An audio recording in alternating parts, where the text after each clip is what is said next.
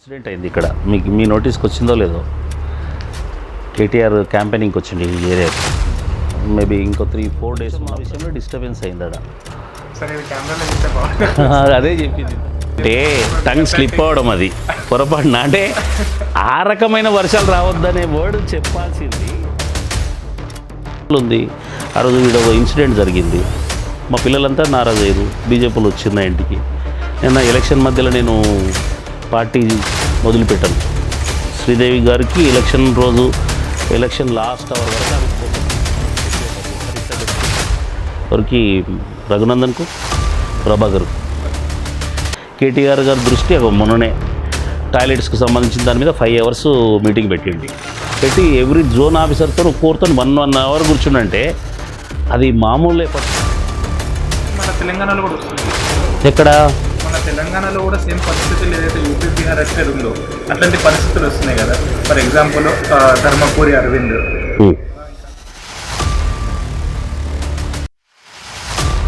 అంటే వాళ్ళు ఆ పార్టీ సిద్ధాంతాల ప్రకారం వాళ్ళు వాళ్ళ పార్టీకి ఇమేజ్ పెంచుకోవడానికి కొంచెం సెన్సిటివ్ వర్డ్స్ యూజ్ చేసి జనాలను తెచ్చుకుంటారు అన్నట్టు.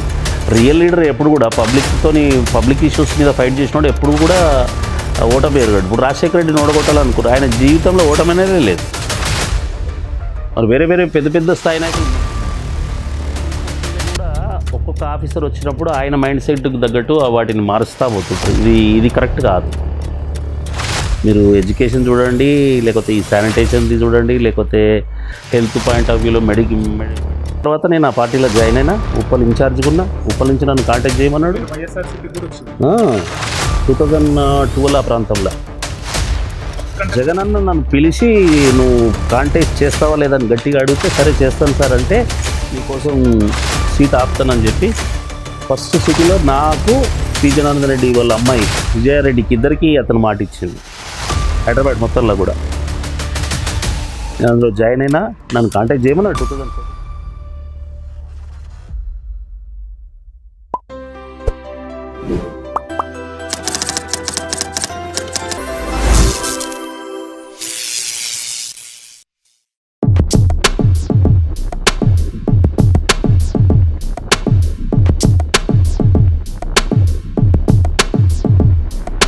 అనుకోకుండా సన్ పక్కకు పోయాడు, కానీ సార్కు నా మీద మంచి ప్రేమ ఉన్నట్టు.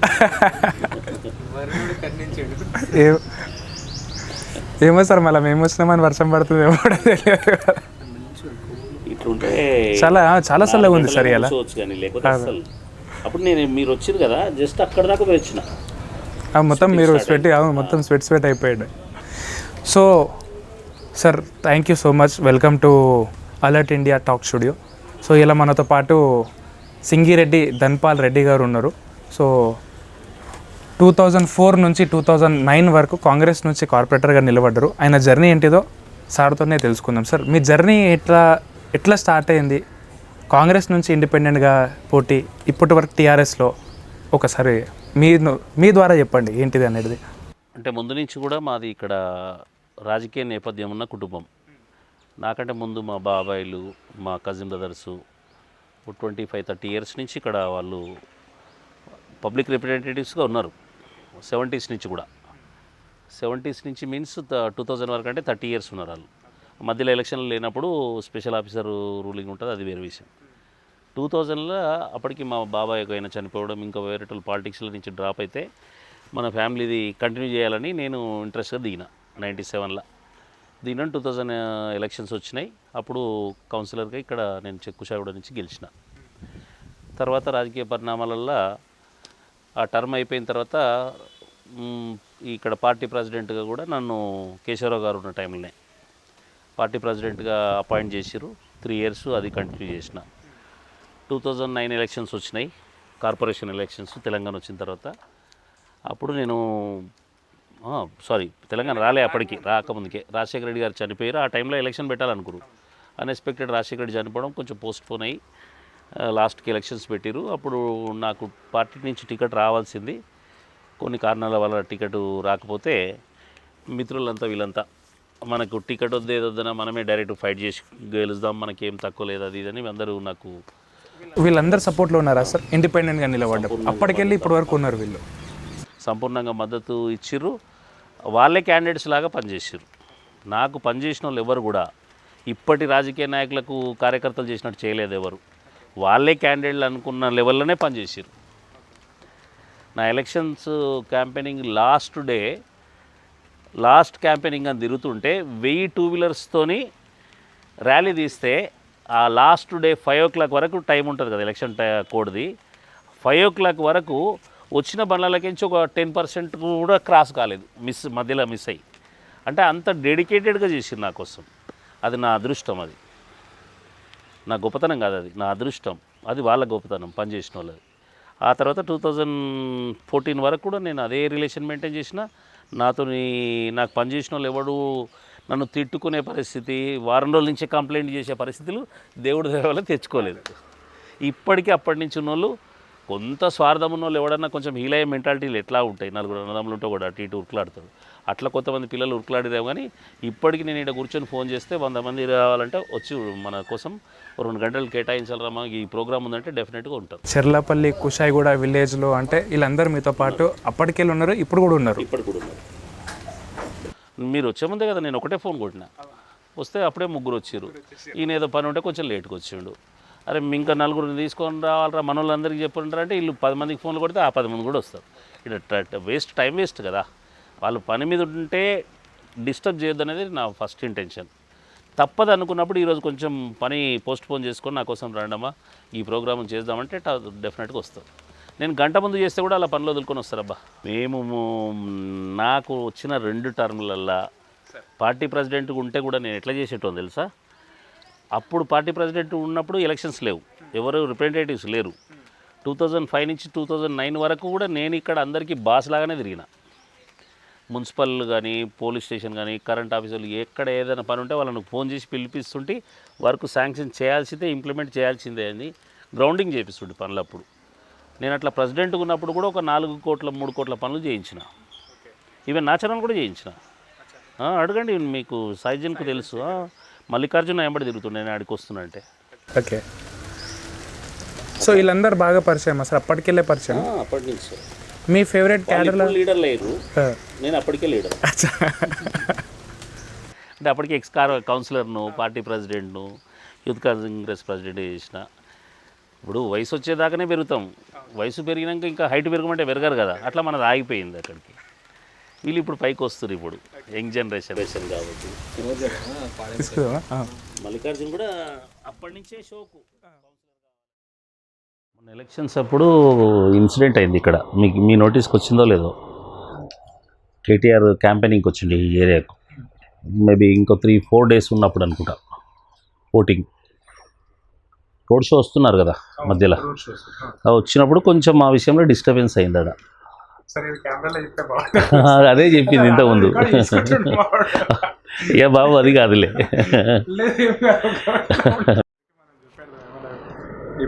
ఆఫ్ ద రికార్డ్గా చెప్తున్నా. ఇన్సిడెంట్ అయితే మా పిల్లలంతా గొడవ చేస్తే ఆ రోజు బీజేపీ వాళ్ళంతా పరిగెత్తుకొచ్చారు మన ఇంటికి. యాక్చువల్ నేను టీఆర్ఎస్ కదా, సో నేను కొంచెం అనీజీ ఫీల్ అయినా బయటకు వచ్చేస్తానే ఫీలింగ్ వస్తుంది కదా కొంతమందికి. నేనేమో ఆ ఇంట్రెస్ట్ లేదు. వాళ్ళు ఎక్స్పెక్ట్ చేసి వచ్చారు నైట్ 12 o'clock. అప్పుడు మన ఇంటి ముందట 200-300 మంది మా పిల్లలే అసలు గ్యాదర్ అయింది కూడా నాకు తెలియదు.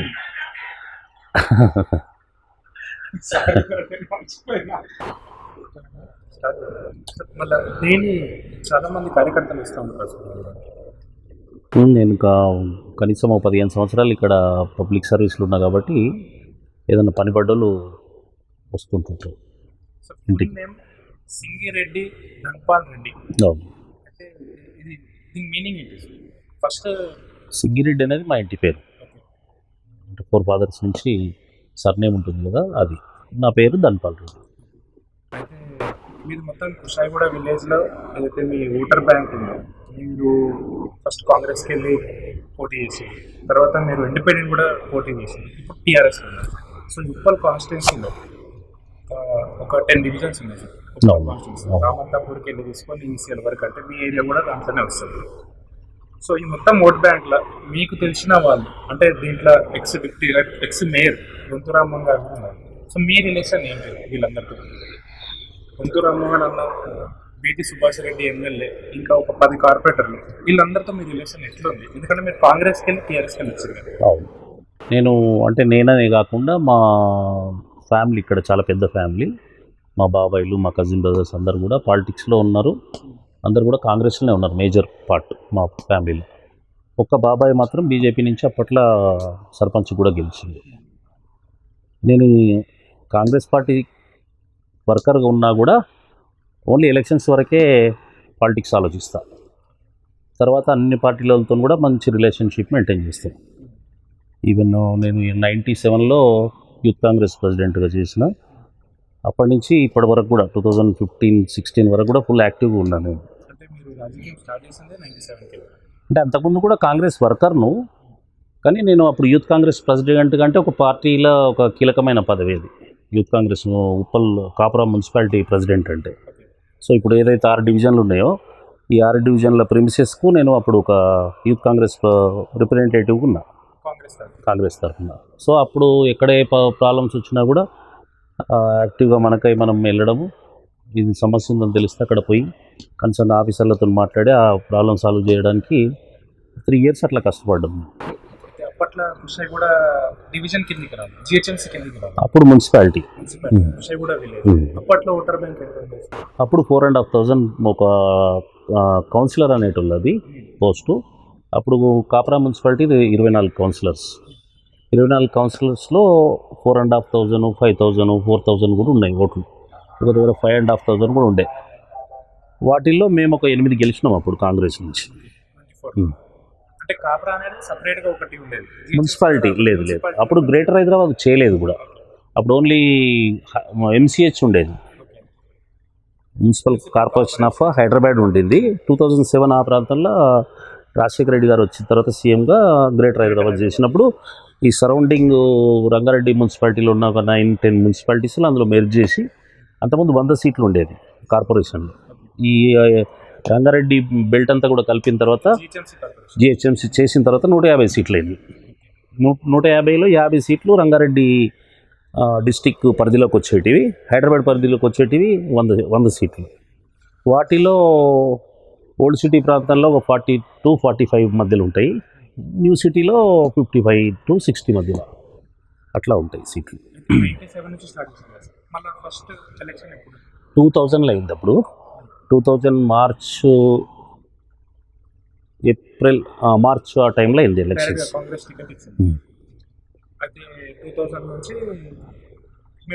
Corporate councillor. మళ్ళీ మీరు ఇండిపెండెంట్ కూడా నిలబడి కూడా కలిసారు.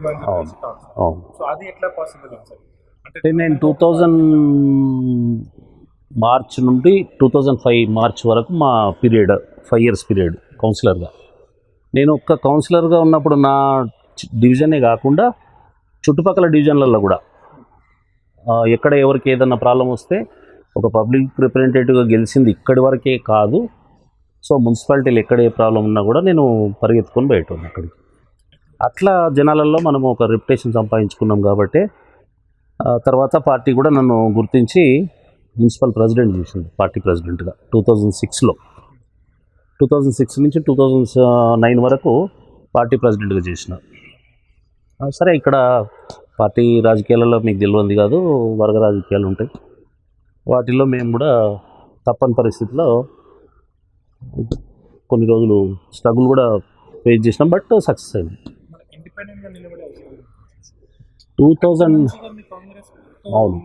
2009 ఆ ప్రాంతంలో ఎలక్షన్స్ రావడం రెండోసారి రాష్ట్ర రాజకీయాల్లో. ముఖ్యమంత్రి రాజశేఖర రెడ్డి గారు అవ్వడం, ఆ తర్వాత 3 మంత్స్కి అతను యాక్సిడెంట్లో చనిపోవడం. ఆ తర్వాత పరిణామాల్లో ఏమైందంటే లోకల్ లీడర్స్గా ఎవరెవరు అవుతున్నారో వాళ్ళ ప్రాంతాలలో వాళ్ళకి ఎవరు రెబల్ లాంటి పర్సనాలిటీస్ ఉండొద్దు వ్యతిరేకంగా, సేమ్ పార్టీలో ఉంటాయి కదా జనరల్గా. సో అట్లా నన్ను కొంతమంది వీడు ఉండొద్దు పాలిటిక్స్లో అనే ధోరణిలో నాకు టికెట్ ఇవ్వమని హైకమాండ్ ఎంత చెప్పినా కూడా ఇవ్వలేదు. ఇవ్వనప్పుడు నేను చేసిన సర్వీసెస్, నేను పబ్లిక్ ఎప్పుడు ఫుల్ టైం అందుబాటులో ఉంటా, నేను గెలుస్తా అనే ఒక నమ్మకం కుదిరింది. సో ఇండిపెండెంట్ అయినా కూడా నేను గెలుస్తాను ఛాలెంజ్ చేసి నిలబడ్డాను. అప్పుడు మీరు రాజశేఖర రెడ్డి సార్తో కలిసేటోళ్ళు సార్? రాజశేఖర రెడ్డి గారు, సబితా ఇంద్రారెడ్డి. అప్పటికి ఆయన చనిపోయిండు కదా. ఆయన చనిపోకపోతే అసలు ఈ పాలిటిక్స్లో ఈ తేడా వచ్చేది కాదు. నేను టికెట్ ఈజీగా నాకు పార్టీ పిలిచిచ్చేది. అంటే నా సర్వీసెస్ అట్లా ఉన్నాయనేది హైకమాండ్లు అందరికీ తెలుసు. రంగారెడ్డి జిల్లా మంత్రులు అనుకోండి, ఎంపీలు అనుకోండి, పార్టీ ప్రెసిడెంట్ సెక్రటరీలుగా చేసిన వాళ్ళు ఉంటారు కదా, జిల్లా స్థాయి నాయకులు, అందరి దృష్టిలో మనము పాలిటిక్స్లో ఫుల్ టైం ఉంటున్నాం, పబ్లిక్ అందుబాటులో ఉంటున్నాం అనే ఒక ఐడియా ఉంది. ఏదైనా మెమొరబుల్ మీటింగ్ మీకు రాజశేఖర రెడ్డి గారు? రాజశేఖర రెడ్డి గారితో పర్సనల్గా ఒక్కడిని కూర్చుంది లేదు, కానీ మేమందరం కూడా 2009 ఆ ప్రాంతంలో టికెట్ ఎక్స్పెక్టేషన్స్లో ఉన్నాం. ఏది ఎమ్మెల్యే టికెట్ అయినా సరే మేము కొట్లాడతామని. ఆ టైంలో కొంతమందిని సర్దుబాటు చేయాలని సబితా రెడ్డి కానీ, నాగేందర్ సిటీ ప్రెసిడెంట్ ఉన్నాడు అప్పుడు ఆ టైంలో, మా అందరిని తీసుకెళ్ళి రాజశేఖర రెడ్డితో కూర్చుండబెట్టి మాట్లాడిపిస్తే ఫ్యూచర్లో మీకు నేను ఉన్నా కదమ్మా చూస్తానని చెప్పడం. ఆ రోజు ఒక 1 అవర్ కూర్చున్నాం ఆయనతో. అది ఎప్పటికీ మర్చిపోలేము ఆ మీటింగ్. చాలా సరదాగా ఉంటుండే. ఆయన ముఖ్యమంత్రిగా కాకుండా ఒక ఫ్యామిలీకి ఒక హెడ్ లాగా చాలా సరదాగా ఒక కార్డ్లెస్ ఫోన్ పట్టుకొని ఇంట్లో సో పంచ కట్టుకొని కూర్చున్నాడు. ధోతిలా కట్టుకోకుండా పంచలా కట్టుకొని కూర్చున్నాడు. ఆ వీలింగ్ చైర్లో ఉంటాడు కదా, ఇట్లా సరదాగా మాట్లాడుతున్నాడు. మాతో మాట్లాడుతున్నాడు. ఏదైనా కాల్ వస్తే చెప్పండి అన్న అదన్నా అట్లా అని ఎవరిని కూడా అన్నగానే సంబోధించండి ఫోన్లో. అది ఒక నిజంగా కూడా గ్రేట్ పర్సన్. మామూలు వాళ్ళని కూడా అంత పేరు పెట్టి మాట్లాడవచ్చు చెప్పండి అని అంటారు సీరియస్గా. అసలు సీరియస్నెస్ అనేది ఆయన ఫేస్లో కనిపించదు.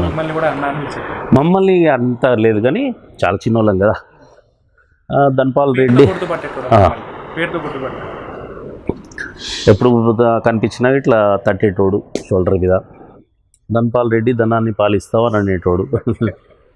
ధనాన్ని పాలించేది ఎందుకు సార్, మీ బ్లెస్సింగ్స్ ఉంటే చాలని నేను. ధన్పాల్ రెడ్డి అంటే ఏంటి సార్ యాక్చువల్లీ? అట్లానేం లేదు, బట్ అప్పట్లో పెద్ద మనుషులు ఎందుకు పెట్టారో మనకు తెలియదు. దాన్ని సపరేట్గా ఆలోచిస్తే రాజశేఖర రెడ్డి గారు అన్నమాట, ధనాన్ని పాలిస్తావా ధన్పాల్ రెడ్డి అని అనేటోడు అనమాట. ధనం అంటే జనరల్గా తెలుగులో మీనింగ్ మనీ కదా, అట్లా. మీరు చూసిన ఇప్పటి వరకు మీ రాజకీయంలో చాలా మంది చీఫ్ మినిస్టర్స్ అవును. వైఎస్ రాజశేఖర రెడ్డి సార్ చూస్తారు, ఇప్పుడు కేసీఆర్ సార్ ఉన్నారు, ఇంతకుముందు కూడా వేరే వాళ్ళు ఉండొచ్చు. నేను 78 ఆ ప్రాంతం నుంచి నాకు ఐడియా ఉంది. డాక్టర్ మర్రి చెన్నారెడ్డి గారు సీఎంగా చేసిండ్రు. ఆయన ఒక లెజెండ్ పర్సనాలిటీ పాలిటిక్స్లో. తర్వాత అంజయ్య లాంటి వాళ్ళు వచ్చిర్రు. నేదురుమల్లి జనార్దన్ రెడ్డి, కోట్ల విజయభాస్కర్ రెడ్డి, ఎన్టీ రామారావు గారిని చూసినాం, చంద్రబాబుని చూసినాం, రాజశేఖర రెడ్డి గారిని చూసినాం, ఇప్పుడు కేసీఆర్ని చూస్తున్నాం.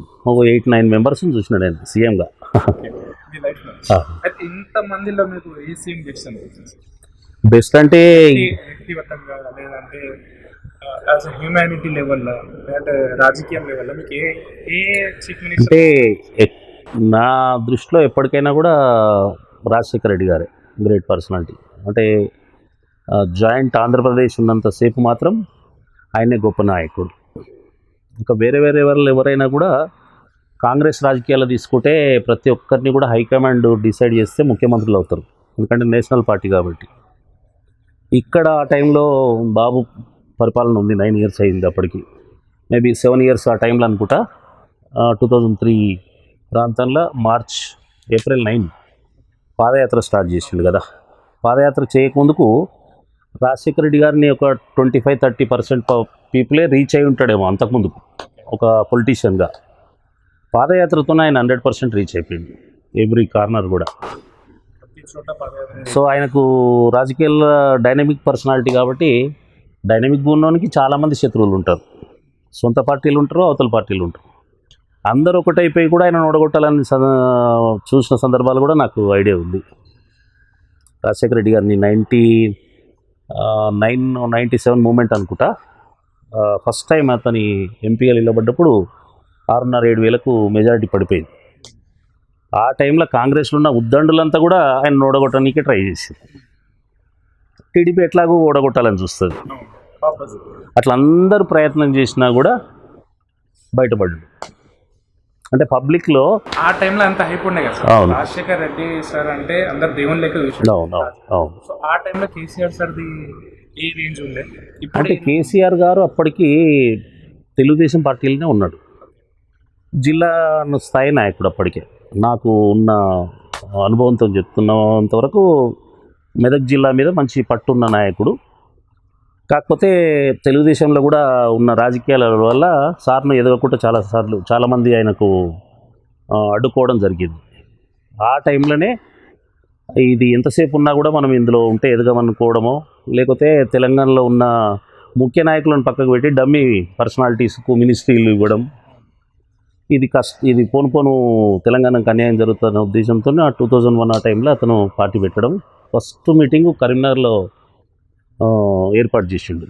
ఆ మీటింగ్ కేసీఆర్ సార్, ఆ మీటింగ్కు నేను వెళ్ళిన యాజ్ ఎ కాంగ్రెస్ కౌన్సిలర్ ఉండి కూడా. సపరేట్గా రాష్ట్రం కావాలని చెప్పేసి మీరు కూడా అంటే జనరల్గా ఉంటుంది కదా ఎవరికైనా, అంటే రాజకీయాలలో ఉన్నాం కాబట్టి గమనించినాం. ఇక్కడి నాయకుల మీద ఆంధ్ర రాయలసీమ నాయకులు పట్టుదలగా ఉంటారు, ఏదైనా పనులు సాధించుకోవాలంటే కానీ, ఫండ్స్ సాధించుకోవాలంటే కూడా. ఈ సిటీకి దగ్గర ఉండడమో మరి ఏందో కర్మ. తెలంగాణలో ఉన్న నాయకులు ఎంతసేపు వాళ్ళ డెవలప్మెంట్ కోసమే, రాజకీయ ఉన్నత కోసం అనుకోండి, కుటుంబ వ్యవహారాల గురించే ఎక్కువ ఆలోచించేటోళ్ళు. కానీ మొన్నటి వరకు మనం చూస్తే నల్గొండలో ఫ్లోరైడ్ ఉండేది. నల్గొండలో ఉద్దండులైన నాయకులు కాంగ్రెస్లో కానీ తెలుగుదేశంలో కూడా. మరి ఆ ఫ్లోరోసిస్ వ్యాధి రాకుండా చూడడానికి కొంత చర్యలు తీసుకురు, కానీ పర్మనెంట్ సొల్యూషన్ తీసుకురాలేదు. అది బహుశా ఈ మధ్య అనుకుంటా కేసీఆర్ గారు వచ్చినాక ఆ ప్రాజెక్టులు టేకప్ చేసి వాటర్ అంతటా కూడా వచ్చేటట్టు చేయడం వల్ల ఇప్పుడు ఫ్లోరోసిస్ ప్రాబ్లం మేజర్గా తగ్గిపోయిందనేది మీ అందరికీ తెలిసిన విషయం. అది సో చిన్న తెలంగాణ రాష్ట్రంలో ఉన్న ఫండ్స్తోనే అంత చేయగలిగినప్పుడు, ఒక జిల్లాలో ఉన్న అంత పెద్ద మేజర్ ప్రాబ్లంకు ఇంత పెద్ద సమైక్యాంధ్రలో ఫండ్స్ కేటాయించలేరా? డిఫరెన్స్ వచ్చేస్తుంది. డెఫినెట్గా కదా. ఇప్పుడు ఉమ్మడి కుటుంబంలాగా ఉన్నప్పుడు అందరినీ కుటుంబ పెద్ద సమానంగా చూస్తే గొడవలు రావు. ఒకరినొక రకంగా చూసినప్పుడే ఎవరో ఒకరు హట్ అయిన వాళ్ళు డెఫినెట్గా నాదంతో నేను చూసుకుంటా అంటారు. అదే పరిస్థితి తెలంగాణ రావడానికి మార్గం కాదు. రెండు ఫ్యామిలీస్ ఉన్నాయి సార్. ఒకటి వైఎస్ రాజశేఖర రెడ్డి గారి family, KCR sir family. Family అంటే హోల్ ఫ్యామిలీ చెప్తున్నాను. Okay. KCR sir, KTR sir, Kavitha madam, అట్లనే రాజశేఖర రెడ్డి సార్, వాళ్ళ సన్ జగన్ అన్న, వాళ్ళ డాటర్. ఈ రెండు ఫ్యామిలీలో మీరు డిఫరెన్స్ ఏంటి సార్? ఏ విధంగా వీళ్ళిద్దరు? రెండు ఫ్యామిలీస్లలో డిఫరెన్స్ అంటే పెద్దగా కనిపించదు. రాజశేఖర రెడ్డి రాజకీయాలలో ఒకటి అనుకున్న సాధించడానికి ఎంత మొండిగా పోయిండో, అంటే ఒక విధంగా అది చాలా పెద్ద ఉన్నత స్థాయి కుటుంబం.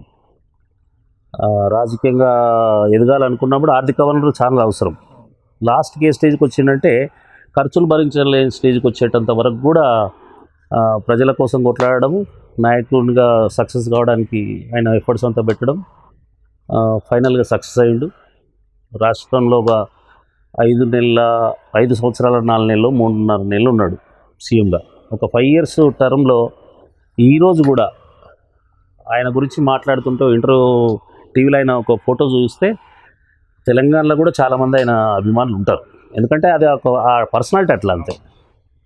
కుటుంబాల వైజ్గా చూస్తే కేసీఆర్ కూడా ఒక మిడిల్ క్లాస్ కుటుంబం నుంచి వచ్చిన వ్యక్తి, ఒక్కడిగానే స్టార్ట్ అయ్యాడు తెలంగాణ గురించి. అంతకుముందు చాలామంది తెలంగాణ ఉద్యమం చేసారు, సక్సెస్ కాలేదు. అంటే ఒక ఉద్యమం నడిపించాలంటే ఓర్పు కావాలి. 90s ఏంది, 77లో స్టార్ట్ అయిందంటారు, 76 అంటారు. ఆ టైంలో మనం చాలా చిన్న పిల్లలు, మనకు అంత తెలియదు. చెన్నారెడ్డి లాంటి వాళ్ళు కూడా తెలంగాణ ఉద్యమం నుంచే పెద్ద నాయకులు. తర్వాత కాంగ్రెస్కు మెర్జ్ అయిపోయిండు. తర్వాత ఆయన గవర్నర్గా, సీఎంగా ఎన్నో రకాలుగా చేసిండు. లాస్ట్కు మాత్రం క్రెడిట్ కేసీఆర్ గారు గట్టి పట్టుదలతో ఉండడం వల్ల రాష్ట్రం సాధించుకోగలిగిండు. ఈరోజు ముఖ్యంగా మనది తెలంగాణ రైతాంగం ఎక్కువ ఉన్న ఏరియా. సో రైతులు లేనిదే మన రాష్ట్రం లేదు. ఆయన కూడా ఒక రైతు బిడ్డ కాబట్టి ఫస్టే నిధులు నీళ్లు నియామకాలు, నిధులు నీళ్ళ విషయంలో మాత్రం ఉన్న నిధులని తీసుకొచ్చి కూడా ప్రతి కార్నర్ కూడా నీళ్లు పారించేటటువంటి ప్రాజెక్టులు టేకప్ చేయడం, మనకు కరెంట్ ఉండదని కూడా చాలామంది అసెంబ్లీలో కిరణ్ కుమార్ రెడ్డి లాంటి వాళ్ళు అన్నది కూడా మనం విన్నాం. కానీ గవర్నమెంట్ వచ్చిన ఒక 2-3 months లోపే ఒక 1 hour పవర్ కట్ కాకుండా ఇవ్వడం అంటే నిజంగా కూడా అది ఒక చరిత్ర. True fact sir. మేమే అది. చిన్నప్పుడు అంటే ఆల్మోస్ట్ ఒక 10 years బ్యాక్ కొంచెం చిన్న అవును, డైలీ 2 hours పోయింది కరెంట్. ఆ 2 hours 2 hours ఏంది, 2 hours అని చెప్పేటోళ్ళు అఫీషియల్గా 4 hours కూడా పోయేది. లేకపోతే ఇంట్రాక్షన్ వచ్చింది కాబట్టి ఇంకో అరగంటలో వస్తుంది అనేది. మాలాంటి వాళ్ళు ఎప్పుడైనా ఫోన్ చేస్తే అరగంటలో వస్తుంది రెడీ అని చెప్పేటోళ్ళు. అది 1 hour అయినా రాకపోయేది. లేకపోతే రెక్టిఫై కాలేదని చెప్పేటోళ్ళు. ఏదన్నా ఒక రీజన్ చెప్పి డైలీ 3-4 hours మినిమం ఉండే కటింగ్. నైట్లోనే పవర్ ఇస్తే రైతుల పొలాల దగ్గరికి ఆ చీకట్లో పోయి మోటార్ ఆన్ చేసే టైంలో వాళ్ళు కరెక్ట్ లేకపోతే స్టార్టర్స్ అక్కడిక్కడ షాక్ కొట్టి చనిపోయిన సందర్భాలు కూడా చాలా చూసినాం. ఇప్పుడు అటువంటి ఏం లేవు. కరెంట్, నీళ్లు ఇట్లాంటి వాటిలో అవి రెండైతే అసలు చరిత్రనే నా దృష్టిలో. ఇంకా సంక్షేమ కార్యక్రమాలు తీసుకుంటే అది వాటికి కూడా లిమిట్ లేకుండానే చేస్తున్నారు. మీరు ఇంతకుముందు అడిగింది వేరే, రాజశేఖర రెడ్డి కుటుంబం ఏంది, కేసీఆర్ కుటుంబం ఏంది అంటే వీళ్ళిద్దరు కుటుంబాలు కాదు సార్, నేను చెప్పేది చాలా మంది కుటుంబాలు ఉన్నాయి. చాలా కుటుంబాలు ఉన్నా కూడా నాయకులుగా వాళ్ళ వరకే ఎదిగిర్రు, కానీ వాళ్ళ తర్వాత వాళ్ళ పిల్లలు కానీ కుటుంబ సభ్యులు కానీ ఎవరు కూడా సక్సెస్ కాలేదు. కానీ ఈ 2 కుటుంబాలల్లో రాజశేఖర రెడ్డి గారు చనిపోయిన తర్వాత, అంటే అప్పటికే జగన్ గారు పాలిటిక్స్లోకి ఎంటర్ అయినా కూడా ఒక ఎంపీగా ఉన్నాడు. ఆ 3-4 monthsలో ఆయన ప్రూవ్ చేసుకునే ఛాన్స్ రాలేదు. ఈ లోపల అన్ఎక్స్పెక్టెడ్ సారు చనిపోవడం, ఆ తర్వాత ఆయన తండ్రి కోసం చనిపోయిన వాళ్ళను నేను పలకరిస్తానడం, ఇదంతా పరిణామాలు మీకు కూడా తెలుసు. తర్వాత పార్టీలకించి సపరేట్ అవ్వడం, అంత చిన్న వయసులో నిజంగా కూడా ఆ రోజు ఇంత ఇమేజ్ కూడా లేదు ఆయనకు. రాజశేఖర రెడ్డి కొడుకుగానే తెలుసు అందరికీ. జగన్మోహన్ రెడ్డి ఎవరు అంటే నేనైనటువంటి పెద్ద ఆయన కొడుకు అంతవరకే. ఈయన సొంతంగా పార్టీ పెట్టి ఎక్కడ సక్సెస్ అవుతాడు అని అనుకున్న సందర్భాలు ఉన్నాయి మేము. ఆ తర్వాత నేను ఆ పార్టీలో జాయిన్ అయినా, ఉప్పల్ ఇన్ఛార్జ్గా ఉన్నా. ఉప్పల్ నుంచి నన్ను కాంటాక్ట్ చేయమన్నాడు. 2012 ఆ ప్రాంతంలో జగన్ అన్న నన్ను పిలిచి నువ్వు కాంటెస్ట్ చేస్తావా లేదని గట్టిగా అడిగితే సరే చేస్తాను సార్ అంటే నీకోసం సీట్ ఆపుతానని చెప్పి ఫస్ట్ సిటీలో నాకు పి జనార్దన్ రెడ్డి వాళ్ళ అమ్మాయి విజయారెడ్డికి ఇద్దరికి అతను మాట ఇచ్చింది. హైదరాబాద్ మొత్తంలో కూడా నేను అందులో జాయిన్ అయినా. నన్ను కాంటాక్ట్ చేయమన్నాడు 2014లో. కానీ అప్పటికే స్టేట్ డివైడ్ అయిపోయిన తర్వాత నాయకుడు అక్కడ వెళ్ళిపోయిన తర్వాత ఇక్కడ నాయకుడు లేనివాడికి ఓట్లు ఎవరు వేస్తారు? వస్తాయి సింపతి ఓట్లు, కానీ మీరు ఒకళ్ళే ఉండిపోతారు కదా. గెలిస్తే తర్వాత విషయం అది. ఇండిపెండెంట్గా కార్పొరేటర్గా గెలిచిన నా సత్తా ఏందో నేను చూపించుకున్నా. ఈరోజు నాకు చెల్లపల్లి డివిజన్లో ఏ కార్నర్ పోయినా ఇప్పటికి గౌరవిస్తారు నన్ను. సార్ మీరు ఎప్పుడు కూడా ఇండిపెండెంట్గా నిలబడితే గెలుస్తారు. మేబీ అది పరిస్థితి అన్నిసార్లు అనుకున్నవి ఉండేవి. మనము పక్కా గెలుస్తామని ఇప్పుడు కూడా గెలుస్తారు అన్న హోప్ ఉన్నప్పుడు మీరు 2014కి ఎందుకు నిలబడతారు? 2 సార్లు నుంచి రిజర్వేషన్స్ కదా. చెల్లపల్లి డివిజన్ కానీ, ఏసరావు నగర్ డివిజన్ కానీ, కాప్రా డివిజన్, ఈ 3 డివిజన్లలో నాకు ఎంతో పలుకుబడి, పరిచయాలు, స్నేహితులు, మిత్రులు, బంధువులు అందరూ ఉన్నారు. అక్కడ నిలబడ్డా కూడా నేను గెలుస్తానని నాకు ధైర్యం. పార్టీ తరఫున ఏదో టికెట్. కానీ రిజర్వేషన్స్ వచ్చినాయి. First ward SC reserved, second ward general lady. నేను ఇంట్లో వాళ్ళను పాలిటిక్స్లోకి తీసుకురావడం ఇష్టం లేదు. ఈ థర్డ్ ఏమో బీసీ రిజర్వ్డ్ అయింది. Cherlapalli division BC, last time BCA, ఈసారి కూడా బీసీఏ. ఇప్పుడు మీరు చెప్పినట్టే ఆల్మోస్ట్ ఒక 80 members ఫీమేల్ కార్పొరేటర్స్. అవును, కానీ వాళ్ళు పొలిటీషియన్స్ కాదు. అవును, వాళ్ళకి రాజకీయం కూడా తెలియదు. అంటే అందులో ఒక 5-10 మెంబర్స్ ఉండొచ్చు. స్వతహాగా పాలిటిక్స్లోకి వచ్చిన లేడీస్ ఉంటారు కొంతమంది. మిగతా వాళ్ళంతా కూడా ఏంటంటే పరిస్థితుల ప్రభావం వల్ల ఇప్పుడు ఒక సమ్ పర్సనాలిటీ ఉన్నాడు, అది జనరల్ అవుతే అతను నిలబడదాం అనుకున్నాడు. జనరల్ బీసీ కానీ, జనరల్ ఎస్సీ కానీ అవుతాయి, జనరల్ బీసీ అయితే రాలేనప్పుడు ఏం చేస్తారంటే వాళ్ళ రాజకీయ ఉనికి కాపాడుకోవాలంటే ఇంకో 5 years వరకు వెయిట్ చేయలేని పరిస్థితిలో వాళ్ళ కుటుంబ సభ్యులు చదువుకొని ఉంటే కొంతమంది కూతుర్లను పెట్టిరు, కొంతమంది మరదలను పెట్టిరు, కొంతమంది భార్యలను పెట్టిరు, కొంతమంది తల్లిని కూడా పెట్టిన వాళ్ళు ఉన్నారు. సో వాళ్ళని పెట్టి వాళ్ళతో పాటు వీళ్ళు కూడా ఎంబడుండి అంటే ఇంకా మన దగ్గర రిజర్వేషన్లో ఒక 33% లేడీస్ కోసం రిజర్వేషన్స్ తీసుకొచ్చినా కూడా మంచి కుటుంబాల నుంచి అనుకోండి, అంటే అన్ని రకాలుగా ఉండి బయటకు వచ్చి తిరిగే లేడీస్ తక్కువైపోయారు. మామూలు తిరిగితే వాళ్ళకు సీట్లు ఇవ్వరు, ఏ పార్టీ కూడా గెలవదనే ఉద్దేశంతో. ఈ రకమైన ప్రాబ్లమ్స్ ఉన్నాయి వాస్తవం. కానీ టీఆర్ఎస్ పార్టీలో లేడీస్ కూడా చాలా మంది వర్క్ చేసేవాళ్ళు. నేను అదే అంటున్నా, ప్రతి పార్టీలో ఇప్పుడు 30-40% ఏ ప్రోగ్రామ్ పెట్టినా లేడీస్ 30% 40% వస్తున్నారు. కానీ ఇగ్నోర్ చేసి వీళ్ళని ఎందుకు ఇచ్చారు అనేసి నాకు డౌట్. అంటే రాజకీయమే కాదు కదా. రాజకీయాలు ఎట్లా ఉంటుందంటే బాస్, తిరగడం ఒకటే సరిపోదు, రాజకీయంగా అనుభవం కూడా ఉండాలి. అంటే ఒక సమస్య వస్తే ఎట్లా సమస్యను పరిష్కరించాలని తెలిసి ఉండాలి. ఈవెన్ మేల్ లీడర్స్లో కూడా చూసినాం కదా, ప్రాబ్లం ఒకటైతే ఇంకో ఆఫీసర్కి ఫోన్ చేసేటోళ్ళు కూడా చాలామంది ఉన్నారు నాకు తెలుసు.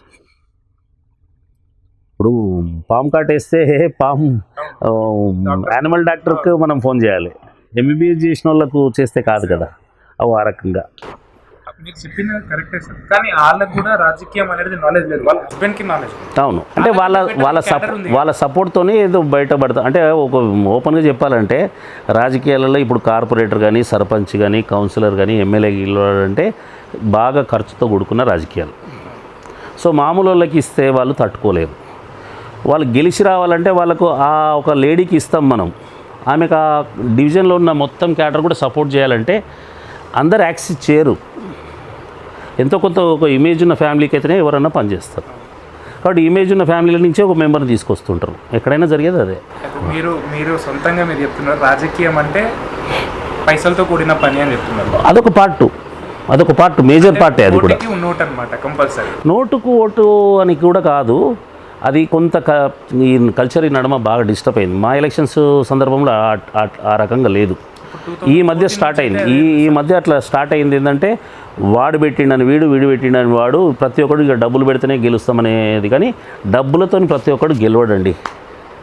వాడు చేసిన సర్వీసెస్ను ఎప్పుడైనా గుర్తిస్తారు, నో డౌట్. అది ఇక పైసలు ఉన్నాడే గెలుస్తాడంటే, ఇప్పుడు నా ఎదుటి వ్యక్తి 5 కోట్లు పెడతాడు, నేను 4 కోట్లు పెడతాడే, నేను ఓడిపోవాలి కదా. మరి అట్లా ఓడిపోలేదే మనం.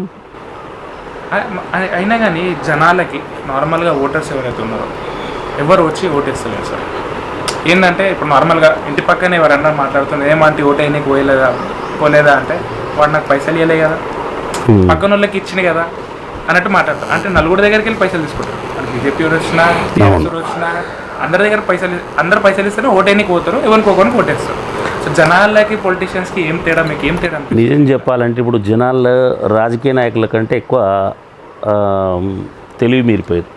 ఓపెన్గా చెప్పాలంటే ఛాన్స్ వచ్చినప్పుడే 4 రూపాయలు దొరుకుతాయి, వాడు సంపాదించుకుంటాడు కదా అనుకుంటారు. కానీ ప్రతి ఒక్క నాయకుడు సంపాదించాడు. కొంతమంది సంపాదిస్తారు, నో డౌట్. మీరు నా మీద ఎక్కడైనా డివిజన్లో ఎంక్వైరీ చేసుకోవచ్చు. నేను డబ్బులు వెనుకబడి పోతే నన్ను ఈరోజు గుర్తించకపోయేటోళ్ళు, మీలాంటి వాళ్ళు కూడా నన్ను అడగకపోయేటోళ్ళు. ఈరోజు ఎప్పుడో మరుగున పడిపోయేటోళ్ళు నేను కూడా. అంటే అందరు ఇప్పుడు ఎవరైతే రూల్ ఉన్నారో వాళ్ళకే వెళ్ళి ఇంటర్వ్యూ. అవును వాళ్ళు ఉన్నప్పుడు అవును, అలా ఒక్కసారి పడ్డదంటే ఇక అందరూ మర్చిపోతారు. చాలా మంది లీడర్స్ ఉన్నారు సార్, ఒక్కసారి పడ్డాడు గెలవలే అంటే ఇక కొనకి మళ్ళీ లైవ్లోకి రావాలంటే కష్టం. ఇక ఎవరు వెళ్ళి అడగరు. అంటే ఒకటి బస్, నేను ఒక నాయకుడు చెప్తే విన్నా, పేరు చెప్పాను కానీ, కాంటాక్ట్ చేసిన వాళ్ళలో ఒకరే గెలుస్తారు. ఆ ఒక్కడు గొప్పోడు, మిగతాళ్ళు గొప్పోళ్ళు కాదని కాదు, జనాలు ఎందుకో అనుకోకుండా నీకు ఛాన్స్ ఇచ్చిర్రు. నీకు ఇచ్చిన ఛాన్స్ను ప్రాపర్గా యూటిలైజ్ చేసుకొని మంచి లీడర్గా ఎదుగురా అని.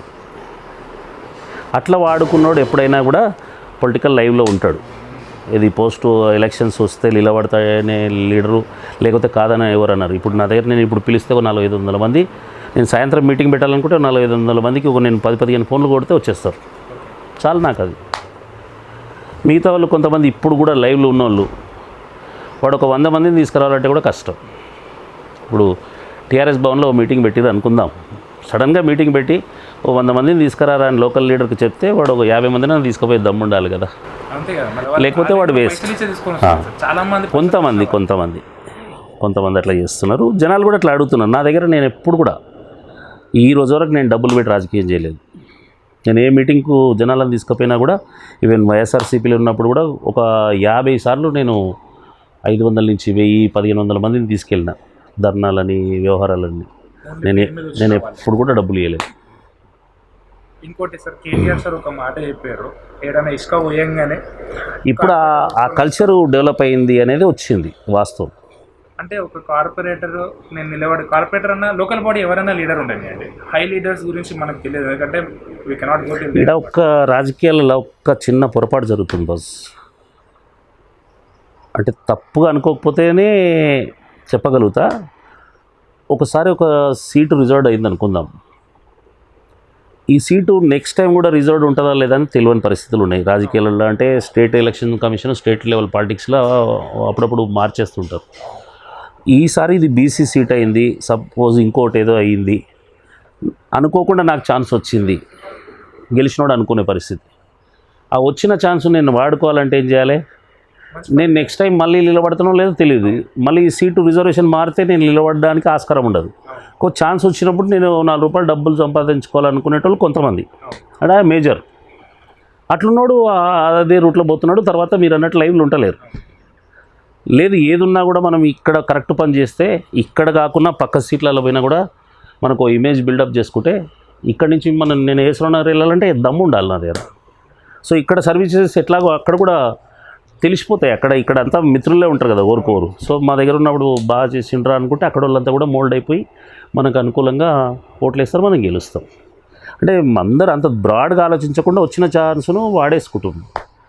ఇవరు మీరు అన్నట్టు ఓటర్స్ కూడా అతను ఇంత ఇస్తాడు, మీరేమి ఇస్తున్నారు, మా దగ్గర ఒక గుడి కట్టాలనో లేకపోతే ఇంకోటి ఒక ఆర్చ్ కట్టాలనో ఇంకేదో కావాలనో, మంచి కాలనీస్లో కూడా, నేను కాలనీల పేర్లు చెప్పాను కానీ ఇక్కడ చూసినా కదా ఈ 3-4 డివిజన్లలో వాళ్ళ కమిట్మెంట్ కూడా కాదు. ఓట్లు అసలు కమిట్మెంట్గా అడిగేటోడు ఎవడు లేడు ఇప్పుడు. వాళ్ళు బీజేపీ ఇంత ఇస్తుంది, తెలుగుదేశం ఇంత ఇస్తుంది, టీఆర్ఎస్ ఇంత ఇస్తుంది, నువ్వేమి ఇస్తావు అంటారు. వాడు ఇంత ఇస్తుండు, నువ్వేమి ఇస్తావు అని అడుగుతున్నారు. వీడు కూడా ఏమనకుండా ఏం చేస్తున్నావు, ఎంత కాదు ఇంత ఇస్తారా బాబు నీకు కాలనీ డెవలప్మెంట్ కోసం అని చెప్పేసి ఇచ్చుకుంటున్నారు. ఉన్నోడు ఇస్తున్నాడు, లేనోడు దండం పెట్టి కూడా పారిపోతున్నాడు. ఏం చేస్తారు? కార్పొరేటర్ ఎమ్మెల్యే అయిందంటే కోర్టుకి మళ్ళీ ఇన్ రిటర్న్ సంపాదించాలి కదా. తీయాలనే ఉద్దేశం ఉన్న వాళ్ళు కొంతమంది ఉంటారు బస్. అంటే మేజర్ ఉండొచ్చు కానీ కొంతమంది అస్సలు ముట్టుకోకుండా, మేజర్ అదే నడుస్తుంది కానీ అస్సలు ముట్టుకోకుండా ఉండి ఫైనాన్షియల్గా నష్టపోయిన వాళ్ళు కూడా చాలామంది ఉన్నారు. మొన్నటిసారి 99 మంది లాస్ట్ టైం టీఆర్ఎస్ నుంచి గెలిచారు. దాంట్లో మొన్న మళ్ళీ గెలిచింది 50 చిల్లరనే గెలిచారు. ఒక 10-15 సీట్లు నాకు తెలిసి వాళ్ళు కరప్షన్ చేయకుండా సిన్సియర్గా పనిచేసిన ఫ్యామిలీస్ నుంచి వచ్చిన వాళ్ళు కూడా మొన్న ఓడిపోయారు. ఎందుకు ఓడగొట్టారు అంటే వేవ్ అదేదో వచ్చింది ఇదేదో వచ్చిందని జనాలు అటు టర్న్ అవుతారు. కానీ సర్వీసెస్ను కూడా గుర్తించకపోతే కొంత ఇబ్బంది అనిపిస్తుంది చేసిన నాయకులు. వాస్తవంగా నాకు ఛాన్స్ రాలేదు ఇక్కడ. దేవుడి దేవల్ల ఇప్పటికీ నన్ను ఏ కాలనీలో పోయినా కూడా దాని పనులు ఉన్నప్పుడు మాకు ఈ పనులు చేసిండు ఆ పనులు చేసిండు అని. మొన్న ఎలక్షన్లప్పుడు కూడా ఫిర్జాద్ కూడా బోడుప్పల్ నుంచి కౌన్సిలర్స్ మాకు సపోర్ట్కి వచ్చారు క్యాంపెయినింగ్కు. వచ్చినప్పుడు వాళ్ళతో చాలామంది కామన్ ఓటర్స్ అన్నారు. వాళ్ళు వచ్చి నా దగ్గరనే కూర్చొని అన్న మిమ్మల్ని గుర్తు చేస్తురన్నా, మీరు ఉన్నప్పుడు బాగుండే అన్నారన్నా, లేకపోతే అందుబాటులో ఉంటుండే అన్నారంటే నేను హ్యాపీ ఫీల్ అయినా. అంతకంటే ఎక్కువ ఎక్స్పెక్ట్ చేస్తాం జనాలతో అంతవరకు. ఇంకోటి టాక్ సార్, బొంతు రామ్మోహన్ అన్న వాళ్ళ వైఫ్ ఈసారి కార్పొరేటర్గా నిలబడ్డారు మీ ఏరియాలో. సో ఆమెకి కూడా మీరు ఎంత మందికి హెల్ప్ చేసిరో అనేసి ఒక టాక్ ఉంది. సో అది ఎంతవరకు నిజము? పార్టీల టికెట్ ఎవరికి ఇచ్చినా పనిచేయడం అనేది సేమ్ పార్టీలు ఉన్నప్పుడు నా కమిట్మెంట్. అది పార్టీలు ఉన్నప్పుడు మనం డెఫినెట్గా చేస్తాం. ఇష్టం లేకపోతే పక్కకి వెళ్ళిపోవాలి. నేను టీఆర్ఎస్లో ఉన్నా కాబట్టి టీఆర్ఎస్ ఎవరికి టికెట్ ఇచ్చినా పనిచేసేది ఫస్ట్ నా డ్యూటీ. మేడం గారిని పిలిచి కేటీఆర్ గారు నువ్వు ఈసారి చెర్లపల్లి నుంచి కాంటాక్ట్ చేయమ్మా, పోయి నువ్వు పని చేసుకో అని చెప్పిండంట. ఆమెకి ఏ రోజైతే కేటీఆర్ పిలిచి నువ్వు అక్కడ కాంటాక్ట్ చేయమని చెప్పిండో సేమ్ డే ఆమె చెర్లపల్లికి విజిట్కి వచ్చింది. వస్తూ నాకు ఫోన్ చేసింది, మేడం మిమ్మల్ని కలవడానికి వస్తున్నంటే రండమ్మా అని చెప్పినాం. మేబీ 3 o'clock టైంలో వచ్చింది. ఇక్కడే కూర్చున్నాం. అన్న రాలేదు అప్పుడు, మేడం వచ్చింది. వచ్చి అక్కడ కూర్చుంది. చెప్పొద్దునమ్మా, నేను వదినా అని పిలుస్తాను. చెప్పండి వదినా అంటే ఇట్లా కేటీఆర్ పిలిచిండన్నా, నన్ను కాంటాక్ట్ చేయమని చెప్పిండు. ఇక్కడి నుంచి మనం కన్ఫామ్గా మనమే కాంటాక్ట్ చేస్తాం, మీ అందరి సహకారం ఉండాలంటే. నేనున్నది సేమ్ పార్టీలా, మీకు ఇచ్చినా చేస్తాను, ఇంకెవరికి ఇచ్చినా చేస్తాం. మీకైతే ఇంకా సంతోషం అమ్మా, ఎందుకంటే మేయర్ చేసిన సర్వీసెస్ ఉన్నాయి కాబట్టి ఈ ఏరియాలో నీకు కొంత ప్లస్ పాయింట్ అవుతుంది. ఎందుకంటే అప్పటికే ఆయన 170-180 కోట్ల రూపాయల వర్క్లు చేసిండు ఈ డివిజన్లో. మేయర్ సీట్లో ఉండి ఆయన ప్రత్యేక శ్రద్ధతో కొంత ఫండ్స్ ఎక్కువ తీసుకొచ్చిండు, అది వాస్తవం. అదే ఒక కార్పొరేటర్ ఉంటే ఒక 60-70 లక్షల కంటే ఎక్కువ, 70 కోట్ల కంటే ఎక్కువ తేలేము. ఆయన మేయర్ సీట్లో ఉన్నాడు కాబట్టి కొంత పర్సనల్ ఇంట్రెస్ట్తో ఎక్కువ తీసుకొచ్చి చేసిండు.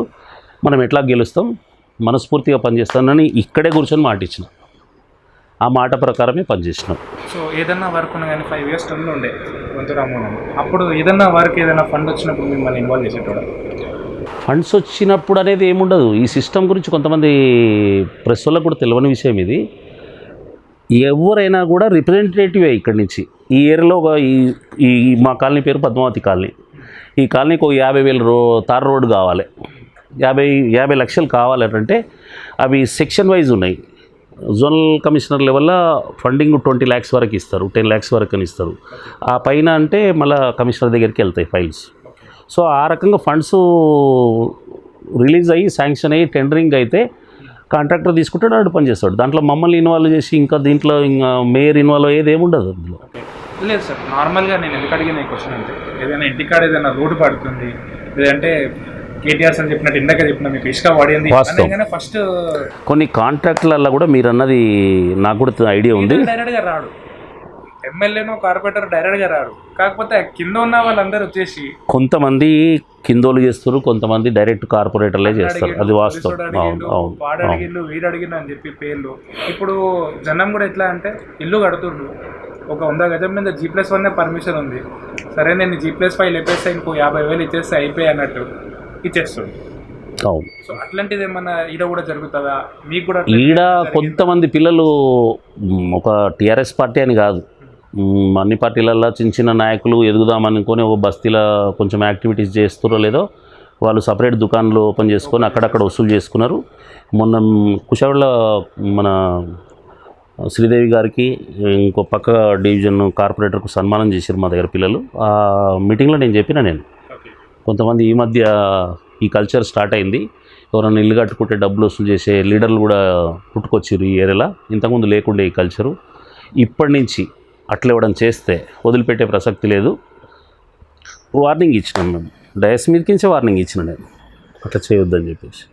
ఇదంతా ఆపనికి ఏమన్నా హైకమాండ్ నుంచి ఏమైనా ట్రై చేయడానికి ఏమైనా? హైకమాండ్ ఏముంది, బస్ బుద్ధి మనకు ఉండాలి. ప్రతి కార్నర్ దాకా హైకమాండ్ ఇన్వాల్వ్ కాదు కదా, చిన్న చిన్న విషయాల దాకా వాళ్ళు ఆ నెట్వర్క్ ప్రకారం చెప్తున్నాను. ఇప్పుడు నేను మీకు జై కొట్టుకుంటా ఒక 5 సంవత్సరాలు తిరుగుతున్నా. అవును, నేను నా జాబ్ వదిలేసిన, ఇప్పుడు మీరు లీడర్ అయిపోయారు, ఇప్పుడు నేను ఏదో ఒకటి చేయాలి కదా, నా దగ్గర జాబ్ లేదు కదా. రాజకీయాలకు రావాలనుకుంటే మన సెల్ఫ్ ఎంప్లాయ్మెంట్ మనం చూసుకుంటూ సర్వీస్ చేసి పబ్లిక్లో గుర్తింపు తెచ్చుకోవడమా, మీరు కూడా నాయకుడు ఎదగాలన్నా అది మీరు ఆలోచించుకోవాలి. కానీ నీ ఎంబడి మొత్తం తిరుగుతున్నాం కాబట్టి నువ్వే చూడరా అంటే ఏ లీడర్ చూడాడు.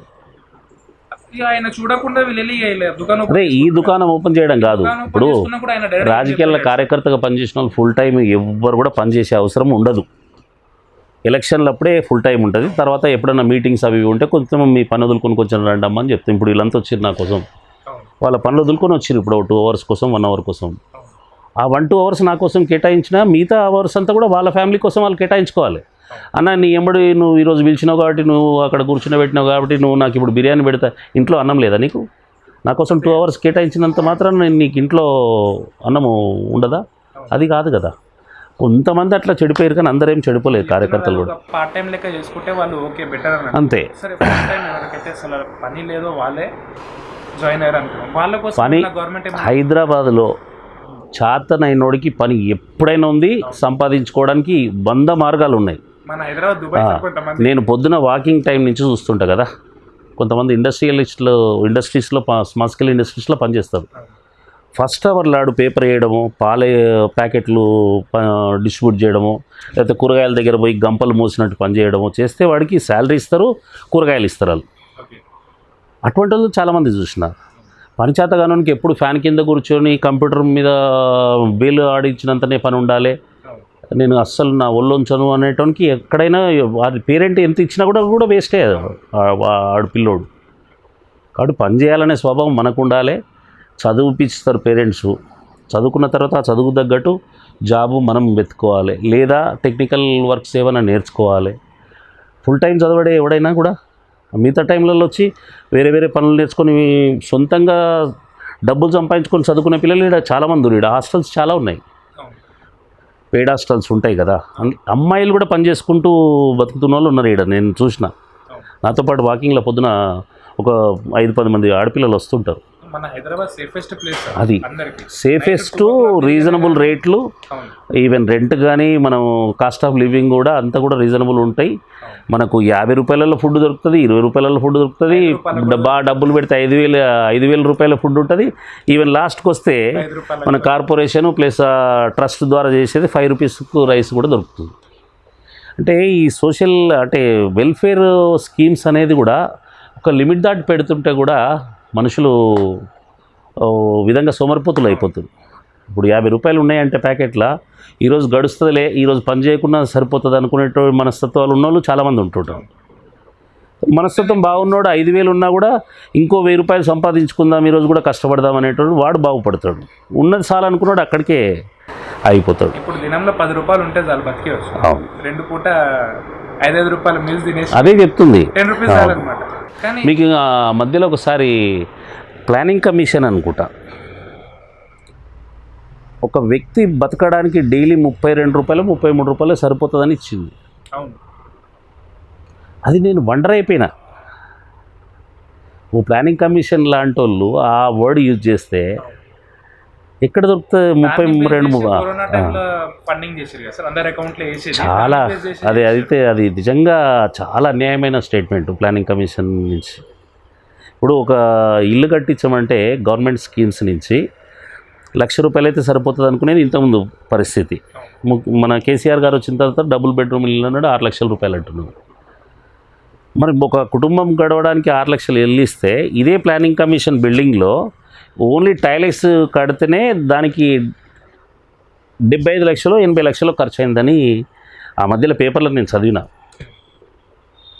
మరి ఓన్లీ టాయిలెట్స్కి అంతా పెడితే ఇక్కడ కుటుంబంకు 6 లక్షలు ఇల్లు కట్టి ఇచ్చే పరిస్థితి ఉంటే, అంతకుముందు 1,00,000 రూపాయలు ఉంటే అందులో కూడా బతుకుతున్నాడు కదా. సో 33 రూపాయలతో బతుకుతాడంటే గడ్డిదిని కూడా బతుకమన్నట్టు మాట్లాడితే ఎట్లా? అంటే ఒక మంచి ఫ్లెక్సిబుల్ లైఫ్ గడపాలంటే ఫుడ్కు డైలీ పర్ హెడ్కు కనీసం 80-90 రూపాయలు అవుతాయి. 3 పూటలు, పొద్దున్న టిఫిన్ అనుకోండి, మధ్యాహ్నం లంచ్ అనుకోండి, నైట్ డిన్నర్. అంత కూడా లేకపోతే వాడికి సరిపడా విటమిన్స్ ప్రోటీన్స్ ఎక్కడ దొరుకుతాయి? ఇంకోటి మీరు చెప్పినట్టు కొన్ని వరాలు ఇచ్చేటట్టు కొన్ని స్కీమ్స్. ఎగ్జాంపుల్ మన హైదరాబాద్లో మీరు ఏడ వరకు అనుకుంటున్నారు సార్? ఇప్పుడు బాత్రూమ్స్ పెడుతున్నారు, ఏడ పడితే అక్కడ టాయిలెట్స్ పెడుతున్నారు, యూజెస్ అవుతున్నాయి. ఇది ఇక్కడ అవసరమా లేదంటే? అది మేము లాస్ట్ ఒక 2-3 మంత్స్ బ్యాక్ అనుకుంటా ఎలక్షన్స్ టైంలో అక్కడక్కడ తిరుగుతున్నప్పుడు ఇవన్నీ కూడా ప్రాపర్ మెయింటెనెన్స్ లేక బాగా ఇబ్బంది అవుతుంది. అది వాస్తవం. అది పెట్టిన దగ్గర నుంచి లింకు డ్రైనేజ్కి ఉండాలి, డైలీ వాటర్ ఉండాలి, ప్లస్ డైలీ మెయింటెనెన్స్ క్లీన్ చేసేటోడు ఉండాలి. ఇవన్నీ ప్రైవేట్ వాళ్ళకి ఎవరికో ఇచ్చేటప్పటికి వాళ్ళ మీద సూపర్విజన్ గవర్నమెంట్ది ఉండాలి. ఇవన్నీ డిస్టర్బ్ అయ్యేటప్పటికి అవి ఒక 3-4 ముచ్చట్లాగా అయిపోయింది. లక్కీగా ఇది కేటీఆర్ దృష్టికి పోయింది. కేటీఆర్ దృష్టికి పోయి జస్ట్ 4 డేస్ బ్యాక్, ఈరోజు ఎంత 11th కదా, 7th or 6th రోజు ఆయన మీటింగ్ పెట్టిండు. జిహెచ్ఎంసీ హెడ్ ఆఫీస్కి వచ్చి 5 hours కూర్చున్నాడు. 5 hours కూర్చొని పర్సనల్గా ఒక్కొక్క జోనల్ కమిషనర్ లెవెల్లో ఒక్కొక్కరితో పర్సనల్గా మాట్లాడి వీటిని కంటిన్యూ రన్ అయ్యేటట్టు వాటిని స్పెషల్ కేర్గా సూపర్విజన్ పెట్టమని ఆయన గట్టి వార్నింగ్ ఇవ్వడం అనేది మొన్న జరిగింది. అది ఫస్ట్ టైం ఇటువంటి వాటి మీద కూడా ఒక రాష్ట్ర స్థాయి ముఖ్యమంత్రి కొడుకు ఒక మున్సిపల్ మినిస్టర్గా కాకుండా అన్ని వ్యవహారాల మీద కూడా ఆయన దృష్టి పెట్టే టైంలో కూడా దీనికోసం అంత టైం కేటాయించి ఆ మీటింగ్ పెట్టిండంటే నిజంగా గ్రేట్ అనుకున్నాం. యాక్చువల్లీ అది మనీ వేస్ట్ కదా సార్, ఎందుకంటే ఒక మోదీ గవర్నమెంట్ది టాయిలెట్స్ ఇచ్చినాయి సార్. ఒక దాదాపు ఒక 5 years 7 years back all over హైదరాబాద్లో పెట్టించారు. టీఆర్ఎస్ గవర్నమెంట్ కాకుండా సపరేట్గా సెంట్రల్కి వెళ్ళి పెట్టించారు. సెంట్రల్ గవర్నమెంట్ ఫండ్స్ నుంచి. అదే ఇప్పుడు రాజకీయాలలో రాజకీయ నాయకులు ఏదైనా కూడా ఒక స్కీమ్ తీసుకొస్తే ఇది అందరికీ అందుబాటులోకి వస్తుందనే ఉద్దేశంతో చేస్తారు. అంటే నాయకుడు ఆలోచనలో ఒక ఇది చేస్తే బాగుంటుందనే వరకే వాన్ డ్యూటీ. కానీ అది ఎట్లా ఇంప్లిమెంట్ చేయాలి, దానికి ఎంత ఫండింగ్ కావాలి, దానికి ఎంతమంది వర్కర్స్ అవసరం ఉంటుంది, దీన్ని రెగ్యులర్ సూపర్వైజ్ చేయడానికి ఎవరు ఆన్సరబుల్ అనే దాని మీద పనిచేయాల్సినంత కూడా కన్సర్న్ ఆఫీసర్స్ చేయాలి. అవును. వాళ్ళకు 100 రకాల పనులు ఉంటాయి, నో డౌట్. కానీ ఇటువంటి డెలికేట్ ఇష్యూస్ మీద సపరేట్ టీమ్ చేయాలి. సపరేట్ టీం పెట్టి కనీసం మంత్లీ వన్సో 3 క్వార్టర్లీ ఒకసారో ఒక రివ్యూ మీటింగ్ లాగా పెడితే కానీ వీటిని సక్సెస్ చేయలేము. ఇప్పుడు మధ్యలో అక్కడక్కడ వాటర్ది కూడా పెట్టిరు. అవును. వాటర్ కూడా ఎవరికి ఇబ్బంది లేకుండా ఉండాలని ఆ మెయిన్ సెంటర్లలో అక్కడికి వాటర్ ఎవడు తీసుకొచ్చి డంప్ చేస్తాడు. సార్ మీరు చెప్పినట్టు అవును. మొత్తం హైటెక్ ఉంది, వాటర్ ఉంది, దాంట్లో మనీ వేయంగానే మొత్తం వస్తుంది. అట్లాంటివి కాకుండా తార్నకలు మీకు ఒకటి అవును. తార్నకలు అయితే ఒకటి పెట్టి ఉంది, దానికి ఒకడు బిచ్చపోలు ఉంటారు రోడ్డు మీద, అవును. పిచ్చోళ్ళు లాంటి అక్కడే షెడ్ వేసుకొని వాడన్నా టాయిలెట్ కోసం వాడు కూడా పైసలు కలిగిస్తారు, వాడి బిజినెస్ కూడా చేస్తున్నారు. సో దానికోసం మీరు చెప్పినట్టు ఒక సపరేట్గా టీమ్ చేయాలి, ఒక మెయింటెనెన్స్ అనేది ఉండాలి. ఎందుకంటే కొన్ని కోట్ల రూపాయలు జనాల పైసలు సార్. ఇప్పుడు నేను రాష్ట్ర ప్రభుత్వాన్ని కేంద్ర ప్రభుత్వాన్ని అని అనను, కానీ ఇప్పటికీ ప్రతి విషయం మీద కూడా ఒక్కొక్క ఆఫీసర్ వచ్చినప్పుడు ఆయన మైండ్ సెట్కి తగ్గట్టు వాటిని మారుస్తూ పోతుంటారు. ఇది కరెక్ట్ కాదు. మీరు ఎడ్యుకేషన్ చూడండి, లేకపోతే ఈ శానిటేషన్ది చూడండి, లేకపోతే హెల్త్ పాయింట్ ఆఫ్ వ్యూలో మెడికల్ వింగ్ది చూడండి, ఏది మార్పు ఎప్పుడు రివ్యూలు వాళ్ళ ఆలోచనలకు తగ్గట్టు మారుస్తూ పోతుంటే ఎట్లా సెట్ అవుతుంది అది? ఒక వ్యవస్థ ఒకసారి సెటప్ చేసినామంటే అందులో మంచి చెడులు అన్నీ కూడా రెక్టిఫై చేసి ఒక 3 months 6 months లోపల దాన్ని ఒక కాంక్రీట్ ఒక స్ట్రక్చరు బిల్డప్ చేసి పెట్టాలి. అది అట్లనే సాఫీగా జరిగిపోవాలి. ఆ ఆఫీసర్ మారుతున్నప్పుడు వాళ్ళ సిస్టమ్ మారుతుంటే ఎట్లా?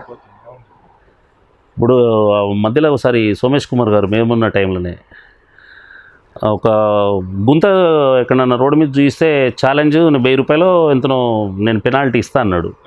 వెరీ నెక్స్ట్ డే నుంచి అందరు పిల్లలు ఇవాళ రేపు సోషల్ మీడియా బాగా అయిపోయింది, ఎక్కడికక్కడ గుంతలు తీసి అప్లోడ్ చేస్తా. గుంత లేకుండా చేస్తానడం అది హైలీ ఇంపాసిబుల్. ఎక్కడెక్కడ రిపేర్లు ఉన్నాయో అవన్నీ మా నోటీస్కి తీసుకురండి, వాటిని నేను ప్యాచ్ వర్క్లు చేయిస్తా అంటే వేరు. మనం ఎవరం ఛాలెంజ్ చేయడానికి ఎక్కడ గుంత లేకుండా చూస్తామని? ఇలా గుంత లేకుండా చూడాలంటే water works, telephones, Transco, corporation, ఇంకో XYZ ప్రైవేట్ రోడ్డు, వీళ్ళందరూ కూడా కోఆర్డినేట్ అవుతే కానీ ఆ గుంతలు తోడరు. ఇప్పుడు కొత్త రోడ్డు వేసి నెక్స్ట్ డేనే ట్రాన్స్పోర్ట్ది పైప్ లైన్ వేస్తున్నాను, వెరీ నెక్స్ట్ డేనే వచ్చి ఆడుతూ అవుతుంటాడు. అంటే కోఆర్డినేషన్ లేకపోవడం వల్ల వాడితో వేస్తుంటాడు. అన్నీ అంటే ఎవ్రీ కార్నర్ మీద గవర్నమెంట్ అంటే ఈవెన్ కార్పొరేషన్ కూడా అంటే కాన్సన్ట్రేట్ చేయలేకపోవచ్చు. కానీ ప్రైవేటు అంటే జనాలది వదిలిపెట్టి ఈవెన్ గవర్నమెంట్ కన్సర్న్డ్ డిపార్ట్మెంట్స్ అన్నా కూడా మంత్లీ వన్స్ ఒకసారి కూర్చొని ఇక్కడ ఈ పని చేయాలనుకుంటున్నాం, మేము రోడ్ వేయాలనుకుంటున్నాం కార్పొరేషను, ట్రాన్స్కోది ఆ రూట్లో ఏమైనా పని ఉందా, టెలిఫోన్స్ వాళ్ళకి సంబంధించింది ఇంకేదైనా ఉందా, వాటర్ వర్క్స్ వాళ్ళది ఏదైనా పైప్ లైన్ వేసేది ఉందా, ఆ మాట్లాడుకొని వేస్తే డబ్బులు వేస్ట్ కావు, అవసరం రాదు. మళ్ళీ చేసినాక కూడా రివ్యూ చేసుకుంటాం అంటే ఇంకా బాగుంటుంది, ఈజీ ఉంటుంది. ఈ సిస్టమ్ అప్పుడు ఉండే, ఏది మేము కౌన్సిలర్గా ఉన్నప్పుడు ఉండే. మేబీ అది తెలుగుదేశం గవర్నమెంట్ టైంలో మంచిగా ఎప్పుడైనా మనం ఒప్పుకోవాల్సింది. అంటే సీసీ రోడ్లు వీళ్ళు వల్లనేది కాదు, కానీ ఆ టైంలో ఎందుకో అనుకోకుండా అది ఎప్పుడనేది నాకు కరెక్ట్ గుర్తులేదు. అంటే బీటీ రోడ్లు వద్దు అనుకోవడంకు కారణం ఏంటంటే, బీటీ రోడ్లు వేయాలంటే అది ఒక పెద్ద స్ట్రక్చర్తో కూడుకున్న కంపెనీలు ఉంటాయి, 1 or 2 ఉంటాయి, వాళ్ళు బిజీ షెడ్యూల్తో ఉంటారు. మనం ఈ కార్పొరేషన్లో ఆడ 10 లక్షల రోడే, ఈడ 20 లక్షల రోడే అంటే వాడు మొత్తం ఆ సెటప్ తీసుకొచ్చి ఇక్కడ చేయలేడు. ఒక కాంట్రాక్టర్కి మళ్ళీ ఒకేసారి 2 కోట్ల 3 కోట్ల వర్క్లు వస్తే కానీ ఆయన మొత్తం ఎక్విప్మెంట్ తీసుకొచ్చి నీకు డమ్ చేసి పని చేయలేడు. సో అది లేట్ అవుతుందనే ఉద్దేశంతో ఏం చేశారంటే ఈ సిస్టంలోకి మారిపోయారు. నాకు పర్సనల్గా నా అనుభవంతో చెప్తున్నా, సీసీ రోడ్ల కంటే బీటీ రోడ్లే కరెక్ట్. కాస్ట్ అనే కాకుండా వాటర్ కూడా సింక్ అవ్వడం లాంటిది ఉంటుంది. ఏదైనా కట్టింగ్లు అన్నా కూడా చాలా నీట్గా చేసుకోవచ్చు, ఆ లుక్ వేరే ఉంటుంది. రోడ్డే ఇప్పుడు నేషనల్ హైవేస్లో కూడా ఈ మధ్య వరంగల్ హైవేకు సీసీ రోడ్ వేసారు, బట్ అది బ్లాక్ ట్యాప్ రోడ్ అంత డీసెంట్ అనిపించదు. బండి కూడా జంప్ అవుతూ వెళ్ళడం లాంటిది కొంత ఎందుకో నాకైతే పర్సనల్గా అది ఆ రోడ్ కరెక్ట్ కాదనిపిస్తుంది. బ్లాక్ ట్యాపే నేను లైక్ చేస్తాను. ఇంకోటి సార్, ఒక కార్పొరేటర్కి శాలరీ వచ్చేది 6,000 రూపీస్ సార్. మీరు కూడా కార్పొరేటర్, అవును, కాంగ్రెస్ పార్టీ తరఫున అయ్యారు, ఇండిపెండెంట్ కూడా అయ్యారు. సో 6,000లో మేబీ మీరు గడిపిండవచ్చు. సో నార్మల్గా ఇప్పట్లో ఒక లీడర్ నార్మల్గా ఉండే స్థాయిలో నుంచి కార్పొరేటర్ అవ్వగానే 6,000 శాలరీ ఫార్చునర్లు కొనేసే రేంజ్లోకి వచ్చేస్తుంది. దాని మీద మీరు ఏమైనా చెప్పగలుగుతారా? ఇది నిజంగా కూడా బాధాకరమైన విషయం. ఇప్పుడు జనాల సేవ దీని శాలరీ అనరు, దీని శాలరీ అనరు, ఓకే హానరోరియం అంటారు. ఓకే ఓ మంచి వర్డ్ పెడతారు. మనోళ్ళు మేధావులు కదా ఆఫీసర్లంతా కూడా, ఓకే ఒక గౌరవవేతనం అనే ఒక వర్డ్ యూజ్ చేస్తారు. అంటే వాడు ఫ్రీగా పనిచేసినట్టు కాకుండా గౌరవవేతనం ఆ గౌరవవేతనం ఇస్తే వాడు నిజంగా కారు ఉన్నోడైనా వాడు డ్రైవర్కే 15,000 ఇవ్వాల్సి వస్తుంది. వాడి వెహికల్ మెయింటెనెన్స్కు కనీసం నెలకు ఓన్లీ కార్పొరేటర్గా వాడు చేస్తున్న జాబు ఆ ఏరియా తిరగడము, కన్సర్న్ ఆఫీసర్ల దగ్గరికి వచ్చిపోవడం ఇలాంటివి చూస్తే నెలకు కనీసం ఒక 5-6 వేలు డీజిల్ ఖర్చు అని వస్తుంది. ఇవన్నీ ఏం ఆలోచించకుండా ఎమ్మెల్యేలకు ఎంపీలకు మాత్రమే ఇక్కడ న్యాయం జరుగుతుంది. వాళ్ళకు శాలరీలు ఉన్నాయి, వాళ్ళకు ఆఫీసులు ఉన్నాయి, వాళ్ళకు మెయింటెనెన్స్కు కూడా కొంత ఒక అటెండర్ని ఇస్తారు, సంథింగ్ అట్లా ఉన్నాయి, అవన్నీ ఉన్నాయి. వీడికి ఏది లేదు. పని ఎక్కువ చేసేది కార్పొరేటర్ నాకు తెలిసి. అంటే ఎమ్మెల్యే స్థాయి వ్యక్తి దగ్గరికి ఆయన స్థాయి వర్కులు ఉన్నప్పుడే పోతారు. చాలా వరకు చిన్న చిన్న పనులన్నీ కూడా కార్పొరేటర్ స్థాయిలో. ఇప్పుడు ఒక రోడ్డు బాగాలేకపోతే కార్పొరేటర్ దగ్గరికి వస్తారు. కరెంటు లైట్లకు సంబంధించింది ఉంటే వీళ్ళ దగ్గర, మోరీకి సంబంధించింది వీడి దగ్గరికి వస్తారు. ఒక వెల్ఫేర్ బిల్డింగ్ కట్టాలంటే వీడినే అడుగుతారు. ఒక ఎమ్మెల్యే స్థాయి వ్యక్తిని అడగాల్సిన పనులు చాలా తక్కువ ఉంటాయి ఈ కామన్ మ్యాన్కి అయితే. మరి వీడే ఫుల్ టైం ఉండాల్సి వస్తుంది అందుబాటులో. వీడికి డబ్బులు లేకపోతే మేము ఫస్ట్ కార్పొరేషన్ మీటింగ్లో అడిగినాం. మేము ఆల్ ఇండియా లెవెల్లో ప్రతి కార్పొరేషన్ది ఎక్కడిదక్కడ శాలరీస్ డిఫరెంట్ ఉన్నాయి, ఇదేం సిస్టమ్ అని కూడా అడిగినాం. అప్పట్లోనే బాంబే కార్పొరేషన్లో 20,000 25,000 ఉంది 2010 టైంలో. మేము అక్కడ విజిట్ కూడా చేసినాం. అంటే దానిది ఆ సిస్టమ్ వేరు, ఇక్కడ సిస్టమ్ వేరు. అక్కడ కార్పొరేషన్ అండర్లో ఒక పోలీసింగ్ తప్పితే మిగతా అన్ని డిపార్ట్మెంట్స్ కార్పొరేషన్ అండర్లో ఉంటాయి, ఎడ్యుకేషన్తో సహా, మెడికల్తో సహా. ఇక్కడనేమో అన్నీ సపరేటు. ఇక్కడ వాటర్ వర్క్స్తో సహా సపరేట్. ఇక్కడ ఒక చిన్నది సార్, ఇప్పుడు కేటీఆర్ సార్ది మళ్ళీ నేను రిపీట్ చేస్తున్నాను, ఇసుకలు వేయంగానే కార్పొరేటర్ వస్తాడని చెప్పేసింది కదా.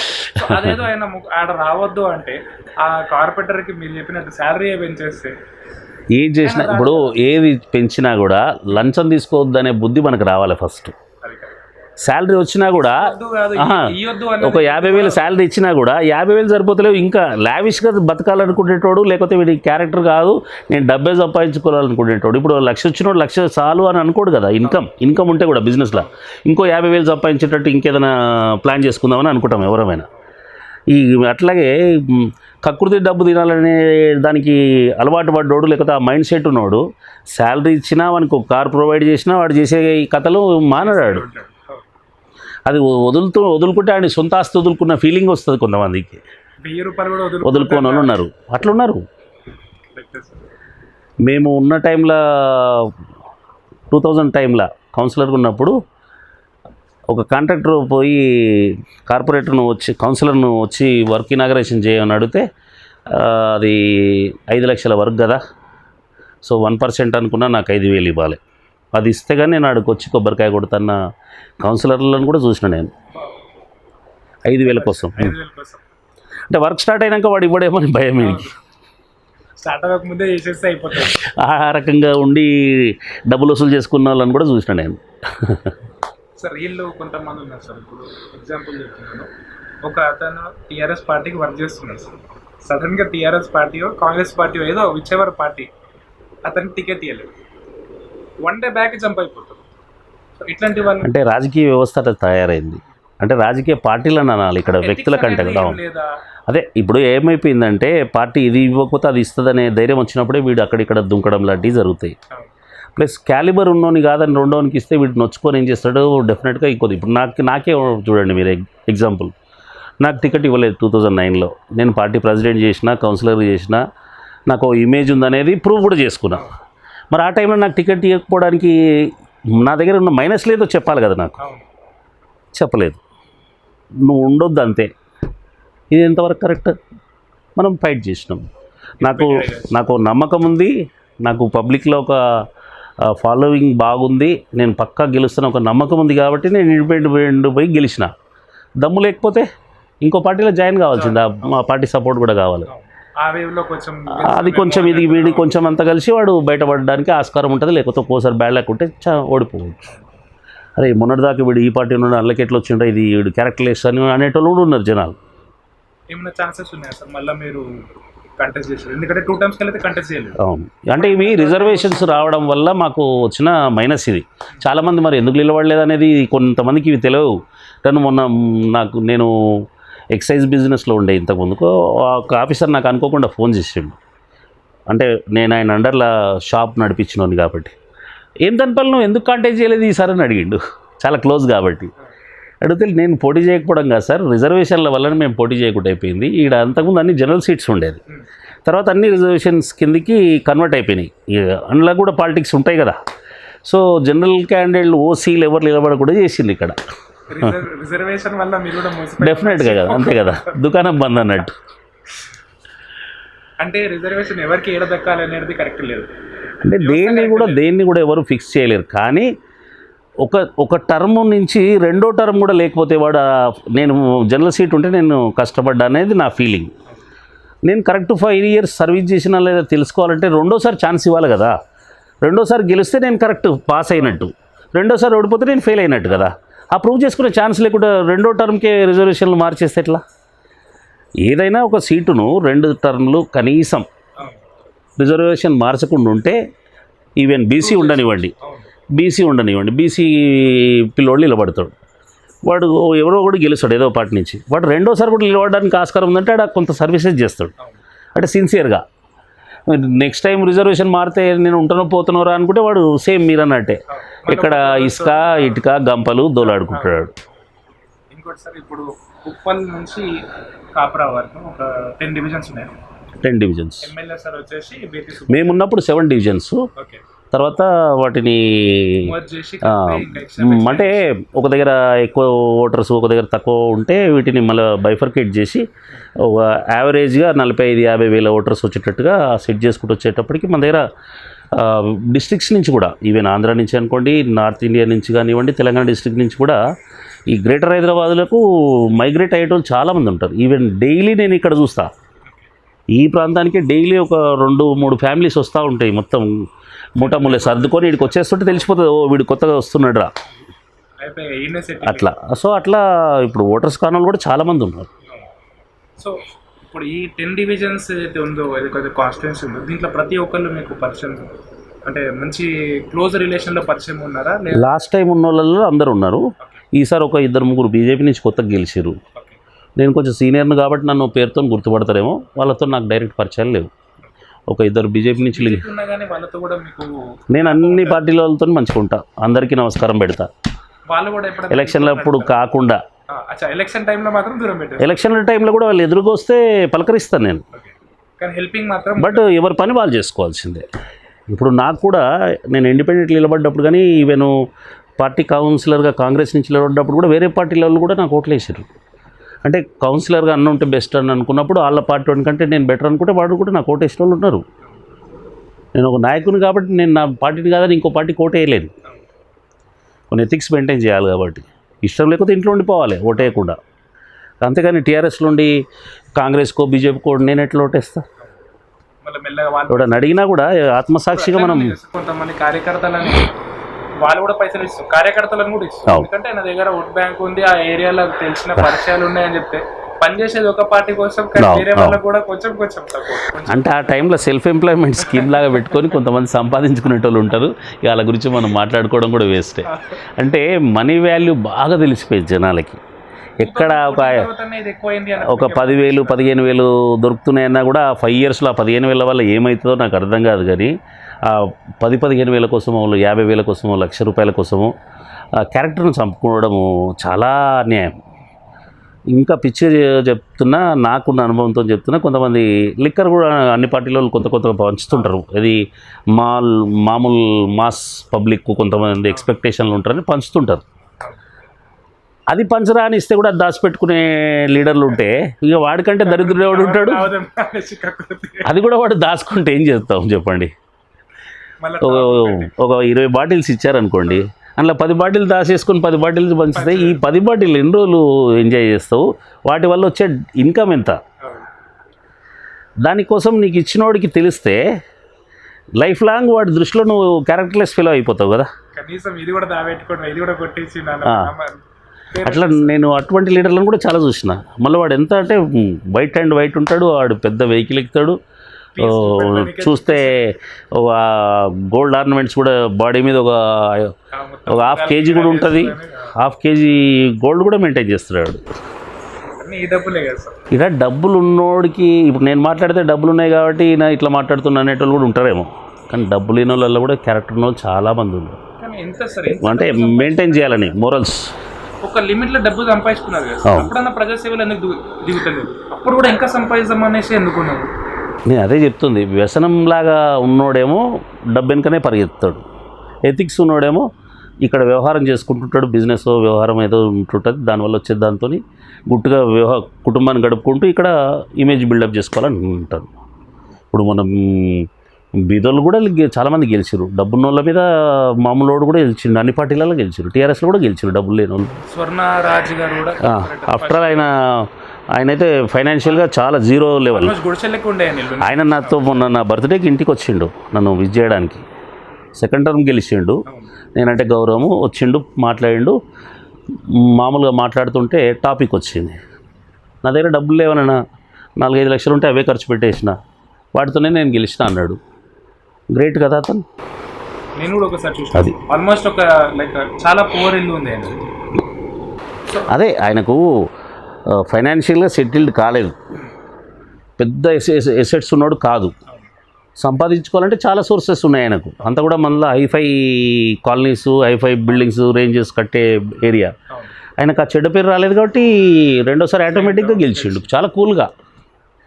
లాస్ట్ టైం నన్ను అక్కడ క్యాంపెయినింగ్కి రమ్మని పిలిచిండు, 1-2 విలేజెస్లో నీకు కాంటాక్ట్స్ బాగున్నాయి కదా రండి అని. ఈసారి అది కూడా అడగలేదు ఆయన, అంతవరకే. ఇక్కడ మేమంతా ఇక్కడ తిరిగినాం. ఇక్కడ నేను మీరు ఇంతకుముందు మాట అన్నారు, శ్రీదేవి కోసం ఫుల్ ఫ్లెడ్జ్గా చేసిరా లేదని అడిగిరా, 100% చేసిన. నాకు అక్కడ హైకమాండ్ వరకు కూడా నాకు ఆ విషయంలో ఎక్కడ రిమార్క్ లేదు. ఇక్కడ ఎవరన్నా చోటమోటగాడు నేనంటే పడనోడు ఎవడని ఉంటే ఈయన అట్లా చేసిండు ఇట్లా చేసిండు అంటేమోనే ఈవెన్ శ్రీదేవి గారికి తెలుసు, రామ్మోహన్కు తెలుసు, ఈవెన్ కేటీఆర్కు తెలుసు. కేటీఆర్ సార్ కూడా పర్సనలీ మీతో మీట్ అవుతారు. కేటీఆర్ సార్ అన్న, కేసీఆర్ సార్ అన్న. కేసీఆర్ గారి దగ్గరికి ఇప్పటి వరకు పోలేదు నేను. కేటీఆర్ గారే నాకు బై నేమ్ గుర్తుపడతాడు. ప్రతి ఒక్కళ్ళది ఇదే కంప్లైంట్ ఉంది సార్, కేసీఆర్ మేము ఇన్ని సంవత్సరాలకి పనిచేస్తున్నాం, కేసీఆర్ గారిని కలవలేదు అంటే పార్టీ మీటింగ్స్ లేకపోతే ఒక ఆఫీస్ పెట్టి ఆఫీస్ కాడికి వస్తుంటే ఆ టైమింగ్స్ తీసుకోవడం వేరు, కానీ ఒక ముఖ్యమంత్రి స్థాయి వ్యక్తి అందరికి కలవాలంటే కూడా వీలు పడదు. ఒక మంత్రి అనుకుంటే ఆ జిల్లా కన్సల్టెంట్లు ఉన్న వాళ్ళంతా కూడా వాళ్ళ అండర్లో పనిచేసినట్టు ఉంటే సరిపోతుంది. ఇప్పుడు మామూలు కడుపు నొప్పి వచ్చినా జ్వరం వచ్చినా కూడా అపోలో హాస్పిటల్ పోతుంటే కరెక్ట్ కాదు, మనకు రోడ్డు పక్కన ఉన్న క్లినిక్ సరిపోతుంది. జనాలు ఎట్లయిపోయారంటే కార్యకర్తలనే కాకుండా కామన్ మ్యాన్ ఇంత చిన్నది ఉన్నాడు యశోదలో చూయించుకుంటా అంటాడు, లేకపోతే అపోలోలో చూయించుకుంటా అంటాడు. వాడు సడన్గా బిల్ ఎక్కువ వేసేటప్పటికి లీడర్ని వచ్చి అడుగుతారు డిస్కౌంట్ చేయించాలి. డిస్కౌంట్ అడిగేటోడు అక్కడికి పోనే వద్దు, ప్లస్ అది నీ క్రిటికల్ ఇష్యూ కాదు. ఈవెన్ నేనే ఇక్కడ చిన్న క్లినిక్లో చూయించుకుంటాను, నాకు ఏదైనా చిన్న చిన్న ప్రాబ్లం వస్తే అదే ఫీల్ అయ్యేది కాదు, దానికి ఇక్కడ డాక్టర్ సరిపోతాడని నాకు తెలుసు. నాతో పాటు ఉన్నోడికి అదే ప్రాబ్లం ఉంటే వాడు నేను పెద్ద హాస్పిటల్ పోయినానని చెప్పుకుంటాడు గొప్ప కోసం. సెట్విన్ చైర్మన్ గారిని చూసిన వినాయతల్లి బాకరి చైర్మన్ గారు ఉండే, అయితే ఆయనకు ఒకసారి డెంగ్యూ ఏమో వచ్చింది, ఆయన క్వారంటైన్లో అడ్మిట్ అయ్యింది, యశోదాలో పోలే, ఆయనకు ఫ్రీ సర్వీసెస్ అన్ని మళ్ళీ గవర్నమెంట్కి వెళ్ళే దొరుకుతుంది. ఆయన వెళ్ళినా కానీ గవర్నమెంటే పే చేస్తాడు, అయినా కానీ ఆయన వెళ్ళి గవర్నమెంట్ హాస్పిటల్ వచ్చారు అంటే ఎథిక్స్. ఆ మనిషి ఏంటంటే నేను ఎందుకు గ్రౌండ్ రియాలిటీ తెలిసిన వాళ్ళేమో అట్లా చూయించుకుంటారా బా, ఇక ఛాన్స్ వచ్చింది నేను వాడుకుంటాడు, అపోలో పోతాడు, గవర్నమెంటే భరిస్తుందని వాడు హాయిగా 2 రోజులు రెస్ట్ తీసుకుంటాను కూడా ఉండేటోళ్ళు ఉన్నారు, అక్కడ నాయకులు ఉన్నారు, ఆఫీసర్లు కూడా ఉన్నారు. ఆ మధ్యలో ఎవడో ముక్క ఆపరేషన్ అవసరం ఉంటే కూడా ఈఎస్ఐ చేయించుకుంటున్నారు చూడండి, సెంట్రల్ లెవెల్ మినిస్టర్లు. అంటే ఇండియాలో ఉన్న హాస్పిటల్స్ ఎయిమ్స్ లాంటివి ఉండంగా కూడా డబ్బులు నాయి కాదని అక్కడ పోయిందంటే వాడికి గవర్నమెంట్ ఎట్లా ఇస్తుంది? మామూలు వాడికి 10,000-15,000 శాంక్షన్ చేయమంటే రిలీఫ్ ఫండ్ నుంచి ఏదైనా శాంక్షన్ చేయాలంటే 190 చూస్తారు. వాడికి ఆల్రెడీ వాడు వెల్ ఎస్టాబ్లిష్ అయినోడు ఉంటాడు, వాడేమి బిలో ప్రావర్టీ లైనోడు కాదు. అన్నీ ఉన్నాయి మన దగ్గర, అయినా కానీ అయినా సరే గవర్నమెంట్ భరిస్తుంది. గవర్నమెంట్ కూడా కొన్ని సిస్టమ్స్ ఎట్లా పెట్టిందంటే ఆ ఉన్నత స్థాయి నాయకులు ఉన్నత స్థాయి ఆఫీసర్లకు అన్ని ఇస్తుంది, కిందోడికి ఏమి ఇవ్వదు. ఈ చోట మోట లీడర్లకు, కౌన్సిలర్లు అనుకోండి, కార్పొరేటర్లు, సర్పంచులు, జెడ్పీటీసీలు, ఎంపీటీసీలు వీళ్ళకి బెనిఫిట్స్ లేనందుకు వల్ల బెనిఫిట్స్ ఉండవు, ఫండింగ్ పర్టికులర్ ప్రయాణం ఇంత అని ఉండదు. ఇవన్నీ హెడేక్స్ పెడతారు. పెట్టేటప్పటికి వాడు ఇటు తట్టుకోలేక అటు తట్టుకోలేక తప్పుడు మార్గంలో వేయటం చాలామంది ఉంటారు. ఈవెన్ క్యాడర్గా ఉన్నోడు కూడా వెరీ నెక్స్ట్ డే నుంచి అన్న నిన్ను గెలిపించడం నువ్వు మాకేం చేస్తున్నావు అని అడుగుతాడు. వాడు ఏమన్నా చెట్లు పైసలు కాసి చెట్టు పెడతాడా ఏమన్నా? అది కాదు కదా.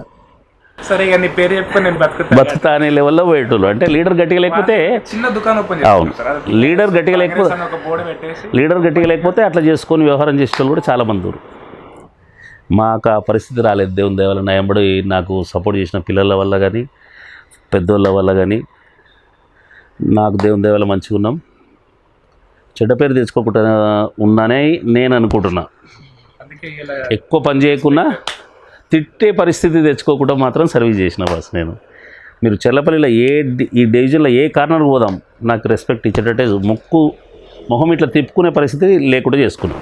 అంటే మీకు ఎమ్మెల్యే అవ్వు కార్పొరేటర్ అవ్వు అని టికెట్ ఇవ్వకుండా పర్లేదు, జనాలలో ఉంటే చాలు అన్నట్టు మీరు అనుకుంటున్నారు. అంటే ఆ ఛాన్స్ వచ్చినప్పుడు వదలం, నిలబడే శక్తి ఉంది. అడుగుతారా సార్ మీరు డైరెక్ట్గా వెళ్ళి? ఒకవేళ నేను ఇప్పటివరకు ఎప్పుడు అడగలేదు, అడిగే అవసరం రాలేదు. మొన్నటి ఈ ఇన్లెట్ ఇప్పుడు వచ్చి 6 years అవుతుంది ఈ పార్టీలో జాయిన్ అయ్యి. దీంట్లో నేను టికెట్ అడిగే పరిస్థితి నాకు రాలేదు, అడగలేదు కూడా. నెక్స్ట్ ఏమైనా ఛాన్స్ ఉంటే చూద్దాం ఏదైనా. అది కేటీఆర్ దృష్టికి కూడా చుట్టుపక్కల చాలామంది నాయకులు ఖాళీగా ఉన్నారు కదా, వాళ్ళకు కూడా ఎక్కడన్నా అకామిడేట్ చేయాలి అది ఇదని చెప్పే నాయకులు కూడా ఉన్నారు కొంతమంది పెద్దోళ్ళు. సార్ దృష్టిలో అయితే మీరు ఉండొచ్చు కదా డెఫినెట్గా. ఉప్పల్ కాన్స్టిట్యున్సీ కాపరా ఏదైతే ఉందో ఇక్కడ కాపరాల ఒక ధన్పాల్ రెడ్డి అనేటోడు ఒకడు ఉండని ఆయనకు తెలుసు. సార్ కొన్ని వర్డ్స్లో మీరు చెప్పండి, బేతి సుభాష్ రెడ్డి సార్ అంటే ఏంటి? బేతి సుభాష్ రెడ్డి ఫస్ట్ నుంచి కూడా ఒక మధ్యతరగతి కుటుంబీకుడు, తెలంగాణవాది. టీఆర్ఎస్ పెట్టిన తర్వాత పార్టీల క్రియాశీలకంగా ఉన్నాడు, ఉద్యమాలలో పాల్గొన్నాడు, చాలా ఖర్చు పెట్టుకొని తిరిగిండు. ఫస్ట్ టైం ఎలక్షన్స్ వచ్చినప్పుడే తెలంగాణ ఏర్పడ్డ తర్వాత ఫస్ట్ అసెంబ్లీ ఎలక్షన్స్లోనే ఆయన సర్వీసెస్ను గుర్తించి కేసీఆర్ గారు ఆయనకు పోటీ చేసే అవకాశం ఇచ్చిండు. అప్పుడు ఎందుకు ఓడిపోవడం జరిగిందంటే అప్పట్లో తెలంగాణ వాదులందరూ కూడా ఒక సైడ్ ఏం లేరు. కొంతమంది కాంగ్రెస్కు, కొంతమంది టీడీపీకి, కొంతమందికి టీఆర్ఎస్కు ఉండే. ఆ టైంలో అప్పుడు టీడీపీ బీజేపీ అలయన్స్లో ఉండడం, అప్పట్లో ఇక్కడ సెటిల్ అయిన ఆంధ్ర పీపుల్ అనుకోండి, నార్త్ ఇండియన్స్, వీళ్ళంతా కూడా ఒక భయంలో ఉన్న సిచ్యువేషన్లో ఎలక్షన్స్ వచ్చినాయి. వీళ్ళంతా కూడా ఏం చేశారు, అప్పుడు ఆటోమేటిక్గా బీజేపీకి ఆర్ టీడీపీకి ఓట్లు వేసారు సిటీలో, గ్రేటర్ హైదరాబాద్లో. సో సీట్లు ఎక్కువ అప్పుడు గెలవడానికి జనాలలో ఉన్న భయము వాళ్ళకు గెలిపించింది. అది ఎమ్మెల్యే టైంకే ఉండే, అది ఆ టైంకి ఉండే. తర్వాత జిహెచ్ఎంసీ ఎలక్షన్లకు వచ్చేటప్పటికి ఎక్కడెక్కడ మైనస్లు జరిగినాయి అనేది పార్టీ ఎట్లాగో రివ్యూ చేసుకుంటుంది కదా. సో చేసుకొని ఎక్కడెక్కడ పొరపాటు జరిగిందంతా రివ్యూ చేసుకొని ఏం చేసినారు, మనం ఎక్కడ పొరపాటు చేస్తలేము, ఈ పబ్లిక్ మైండ్ సెట్ బాగాలేదని ఏం చేసిండ్రు కేటీఆర్ గారు కానీ సీఎం గారు కానీ జిహెచ్ఎంసీ ఎలక్షన్లు వచ్చే లోపల, అరే బాబు ఎలక్షన్స్ మన తెలంగాణ స్టేట్ ఏర్పడ్డది, ఇక్కడ ఉన్న వాళ్ళని మేమేమి బతకొద్దనట్లేదు, మీకేమి ఇబ్బందులు లేకుండా చూసుకునే పూచి మాది అని ఒక కమిట్మెంట్ ఇచ్చి వాళ్ళందరూ కూడా ఇది సొంతం మన పార్టీ అనుకునేటటువంటి పరిస్థితి కల్పించారు. కాబట్టి టీఆర్ఎస్ మళ్ళీ కార్పొరేషన్ ఎలక్షన్లో 99 సీట్లు కొట్టేసింది ఈజీగా. ఈవెన్ ఓల్డ్ సిటీలో కూడా లాస్ట్ టైం మీరు గమనించారో లేదో ఎంఐఎంకు కూడా టఫ్ ఫైట్ ఇచ్చింది టీఆర్ఎస్ కొన్ని సీట్లలో. సో ఆ లెవెల్లో ఎఫర్ట్స్ అంటే నమ్మకం కలిగించారు, ఆ నమ్మకాన్ని నమ్మినారు కాబట్టి ఓట్లు వేసారు. ఈ రోజు వరకు కూడా మీరు చూడండి, ఎక్కడన్నా గొడవలు అయితే పర్సనల్గా ఏమన్నా అవుతాయి కానీ ఒరే ఆంధ్రోడా, ఒరే నార్త్ ఇండియన్ ఓడా అని గొడవ పడే పరిస్థితులు ఎక్కడ కనిపించాయి. ఏదైనా ఇష్యూ వస్తే తూకిత్తా మైకిత్తా అనుకుంటారు ఎవరన్నా, కానీ ఈ వర్డ్స్ యూజ్ చేసి కొట్లాడే సిస్టమ్ ఎక్కడ కనిపించదు మీకు. అంటే అందరినీ రిసీవ్ చేసుకునే నేచర్ కూడా ఉంది బాస్ హైదరాబాద్లో. హైదరాబాద్ గొప్పతనం ఏంటంటే మీరు మెట్రోపాలిటన్ సిటీస్ చూస్తే అన్నిటితో కంపేర్ చేస్తే మన దగ్గర ఎవరు కొత్తోడు వచ్చినా అని గౌరవించడం అనేది మనకు ముందు నుంచి ఉన్న సాంప్రదాయం బాగుంటుంది. అది ఇప్పుడు మా ఇంట్లో కూడా నేను చిన్నప్పటి నుంచి చూస్తున్నా కదా, నేను 40 years అప్పటికి నుంచి చూస్తున్నా. మా ఇంట్లో ఎవరు వచ్చినా కూడా మా తాతగారు కానీ మా నాన్న కానీ రా బిడ్డ, కూర్చో బిడ్డ, తిని బిడ్డ, ఇదే లాంగ్వేజ్ ఉండేది. అక్కడ క్యాస్ట్లు చూసేది కాదు, దగ్గర ఉంది సార్. రీజన్ చూసేటోళ్ళు కాదు, తినిపియడం అనేది. రీజన్ చూసేటోళ్ళు కాదు, క్యాస్ట్లు చూసేటోళ్ళు కాదు. ఇంట్లో ఎవడొచ్చినా భోజనం పెట్టేసి ఆ కూర్చుండబెట్టి అంతే. డెఫినెట్గా కంపల్సరీ అది. టీ అయితే ఇప్పుడు టీకి వచ్చింది కానీ అప్పుడు భోజనమే పెట్టేటోళ్ళు, లేదంటే మజ్జిగ ఇచ్చేటోళ్ళు. ఈ రకంగా ఉండేది. టాపిక్ వేది సుభాష్ రెడ్డి గారి గురించి మీకు అడిగాను. సో అదే ఫస్ట్ టైం అనుకోకుండా ఓడిపోయింది కదా. పర్సనల్గా అడుగుతున్నాను, ఎందుకంటే నేను ఒకసారి కలిసిన సార్. నాకు ఎట్లా అనిపించింది అంటే ఈజ్ వెరీ సైలెంట్ గా అన్నట్టు అనిపించింది. చాలా సైలెంట్. నార్మల్గా వేరే ఎమ్మెల్యేలు హడావుడి ఒకేసారి ఎమ్మెల్యే అంటే స్వతహాగా బై బర్త్ కొంతమంది కొన్ని నేచర్స్ ఉంటాయి. ఆయన కొంచెం సైలెంట్ మోడ్లో ఉండే టైపు యాటిట్యూడ్ ఆయనది. అది బై బర్త్ వచ్చింది. అది ఎక్కడ కూడా హడావిడిగా దంబచారంగా పోడు ఆయన. సింపుల్గా ఉంటాడు, సైలెంట్గా ఉంటాడు. ఎక్కడ పాజిటివ్ ఉందంటే అక్కడనే, మళ్ళీ నెగిటివ్ ఉంది న్యూసెన్స్ అనుకుంటే అటువైపు కన్నెత్తి కూడా చూడడు. నాకెందుకు వచ్చింది తలకాయ నొప్పి అని. అదే మంచి స్వభావం, రిలేషన్ ఎట్లా? మంచిగానే ఉంది. ఒకవేళ రేపటికి మీకు ఎమ్మెల్యే సీట్ వస్తే ఆయన కూడా మీకు హెల్ప్ చేసే రకం ఉంటుంది. పార్టీ ఎవరికి ఏది చేసినా కూడా దాన్ని అందరూ ఒబే చేయాలి, లేదంటే పక్క తప్పుకోవాలి. టికెట్ ఎవరికైనా ఇవ్వని, రేపు నాకు ఇస్తారా, సుభాష్ అన్నకి ఇస్తారా అనేది కాదు. రేపు సమ్ XYZకు ఎవరికైనా ఇవ్వచ్చు. అప్పుడు ఇద్దరు కలిసి కూడా ఆయన అందరం కలిసి కూడా ఆయనకే చేయాల్సి వస్తుంది. ఇప్పుడు కేసీఆర్ నిర్ణయం అనేది సుప్రీం ఫైనల్. అది అట్లా కాకుండా మొన్నటిసారి మన మేయర్ గారు ఎక్స్పెక్ట్ చేశారు టికెట్, ఏది ఎమ్మెల్యే టికెట్. ఆయనతో పాటు ఇంకెవరో ట్రై చేసుకున్నారు. ఒక్కోడైతే నా చేతుల్లోనే ఉందని చెప్పుకున్న గొప్ప నాయకులు కూడా ఉంటారు. మళ్ళీ సుభాష్ రెడ్డికి ఇచ్చేటప్పటికి సచ్చినట్టు అందరూ కలిసి ఆయనకి సపోర్ట్ చేయాలి. డెఫినెట్గా ఆయనను గెలిపించుకోవాలి. ఆయన కాకుండా బయట వస్తే ఆయన చుట్టూ తిరగలేం కదా, అసహ్యంగా ఉంటుంది కదా. చుట్టూ తిరగడం మొత్తం ఇప్పుడు అందరూ గట్టి నాయకులంతా టీఆర్ఎస్లు కానీ అవతలోడు గెలిచిండ్రంటే ఎట్లా, అసహ్యంగా ఉంటుంది కదా. అది మా పర్సనల్గా కూడా మాకు కూడా చెప్పుకోవడానికి అసహ్యంగా ఉంటుంది ఎవరన్నా చూస్తే. కొన్ని ర్యాపిడ్గా క్వశ్చన్స్ అడుగుతాను సార్. ఓన్లీ పేరు చెప్పగానే వన్ వర్డ్ ఆయన గురించి చెప్పండి. వన్ వర్డే చెప్పండి. ఇబ్బందికరంగా ఉంటే నో కామెడీ వేస్తాం. ఏముంది? KCR top leader. KTR legend అనొచ్చు. బొంతు రామ్మోహన్. బొంతురామ్ కూడా సక్సెస్ అయ్యిండు మేయర్గా. మేయర్గా గద్వాల్ విజయ కొత్త కాబట్టి ఇంకా చూడాలి. వాళ్ళ ఫాదర్ కేకే కూడా పెద్ద స్థాయి నాయకుడు. కొత్త కాబట్టి చూడాలి అని విజయమ్మ గారు, అవును, గద్వాల విజయ్ గారు. సో ఆవిడ వ్యక్తి నార్మల్గా పర్సనలీ ఆమె ఎట్లాంటి వ్యక్తి? ఆమె గురించి నాకు తక్కువ తెలుసు. కేశవరావు గారు అండర్లో ఉన్నప్పుడే నేను పార్టీ ప్రెసిడెంట్ ఇక్కడ పనిచేసిన. వాళ్ళ బ్రదర్ వెంకట్ కూడా నాకు మంచి పరిచయం 2006 నుంచి 2009 వరకు. సో ఆ టైంలో ఈ మేడం వాళ్ళంతా కూడా అప్పుడు యూఎస్లో ఎక్కడో సెటిల్ అయి ఉన్నారు. లాస్ట్ టైం ఇక్కడ కాంటాక్ట్ చేసింది, ఇక్కడ నుంచి మేయర్ కూడా కావాలనుకొని ఆమె కాంటాక్ట్ చేస్తుంది అనేది నేను పాలిటిక్స్లో ఉన్నా కాబట్టి తెలుసు. లాస్ట్ టైం 2015 టైంలో, ఆ టైంలో బొంతు రామ్మోహన్ రావు గారికి మేయర్కి ఇచ్చారు. ఆమె అక్కడ పనిచేసుకుంటుంది. అంతవరకు ఇంకా ఆమె గురించి అంత పెద్దగా తెలియదు. ముందు నుంచి టాప్ లీడర్ ఇండియాలోనే టాప్ అంటే ఫైటర్ అనొచ్చు. ఫైటర్ లైఫ్ కోసం కూడా ఫైట్ చేసి, అంతే. అంటే లైఫ్ కోసం కాదు, గోల్ కోసం ఫైట్ చేసి, లైఫ్ అండ్ డెత్ లాగా ఫైట్ చేసాడు కదా. అంత ఎఫర్ట్స్ పెట్టిన లీడర్ ఎవరన్నా ఉండరా ఇప్పటి వరకు ఇండియాలో? ఎవడు చూడు, అంత చిన్న వయసులో అన్ని రకాల స్ట్రగుల్స్ ఉంటే, ఇది నాన్న చనిపోయి కుటుంబం అంతా కూడా అస్తవ్యస్తంగా ఉన్నప్పుడు, కుటుంబంలో కూడా పార్టీ చీలికలు తీసుకొస్తే కూడా ఒక్కడిగానే వాళ్ళ అమ్మను సిస్టర్ను పక్క తీసుకొని బయటకు వచ్చేసిండు. ఈవెన్ ఇలా కుటుంబంలో కూడా కొంతమంది కాంగ్రెస్లోనే ఉండిపోయిన పరిస్థితులు కూడా వచ్చినాయి. అయినా సరే బయటకు వచ్చి కొట్లాడిండు.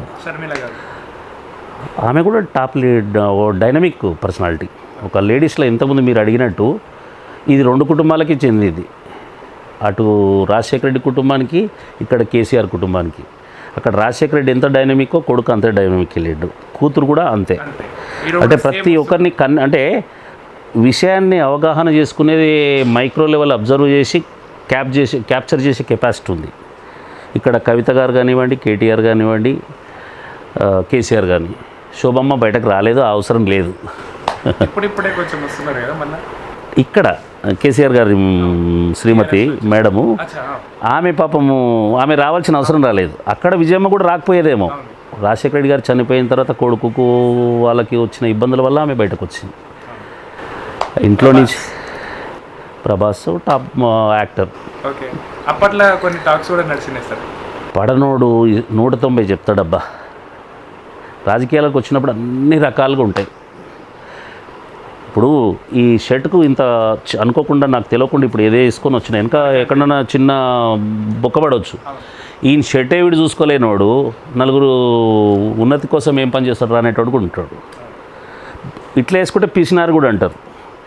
బాగా మంచిగా వేసుకుంటేనేమో వీడు బల్పంతా వీడు బట్టలల్లా బాడీ మీదనే చూపిస్తుండ్రా అంటారు. అంటే ఎట్లున్నా కామెంట్ చేసేటోని ఎవడేం చేయలేడు. అయినా వ్యక్తిగతంగా అంతంత ఘోరమైన కామెంట్ చేసేటోడు వాడు మనిషే కదా నా దృష్టిలో ఎక్కడైనా కూడా. మోడీని వ్యక్తిగతంగా నేను అభిమానిస్తా. నిజంగా కూడా ఆయన ఇంకా ఇంటర్నేషనల్ ఫిగర్ అనే అనొచ్చు. ఎందుకంటే ఒక బీజేపీలో ఒక రాష్ట్రానికి ముఖ్యమంత్రిగా ఉన్న వ్యక్తి బీజేపీతో సమానంగా మోడీ అనే ఇమేజ్ను బిల్డప్ చేసుకుండు. అంటే అటల్ బిహారీ వాజ్పేయి తర్వాతనే, కానీ ఆ రోజులలో ఆయనకున్న ఆపర్చునిటీస్లో ఆయన గ్రేట్ లీడరు బీజేపీలో.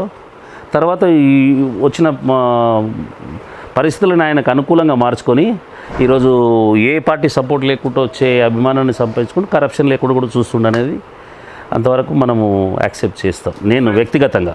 డిఫరెన్స్ బిట్వీన్ మోదీ గారు అండ్ కేసీఆర్ గారు, ఎందుకంటే కేసీఆర్ గారి డ్రీమ్ కూడా అక్కడ వరకు ఉంది అనేసి చాలామంది చెప్తా ఉంటారు. ప్రధానమంత్రి అవుదామన్న డ్రీమ్ ఉంది అనేసి చాలామంది అంటూ ఉంటారు. చాలామంది ఇదికి వెళ్ళి వాక్ చేసుకుంటూ పోయినది కూడా ఉన్నది.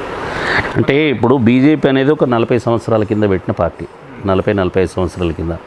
దానికి అంతటా బేసు ఈవెన్ వాజ్పేయి గారు అద్వానీ గారు చేసి పెడితే దాని వెనకాల కూడా ఒక 10 శాఖలు ఉన్నాయి. ఆర్ఎస్ఎస్ అని, ఏబీవీపీ అని, ఇంకో అవన్నీ కలిసి ఆయనకు సపోర్ట్గా ఉంటే ఆయన ప్రధానమంత్రి స్థాయికి పోయిండు. కేసీఆర్ గారు ఇక్కడ ప్రాంతీయ పార్టీ నాయకుడు. ఈయన నేషనల్ పార్టీ పెట్టాలంటే ఇప్పుడున్న పరిస్థితుల్లో అది కాదు.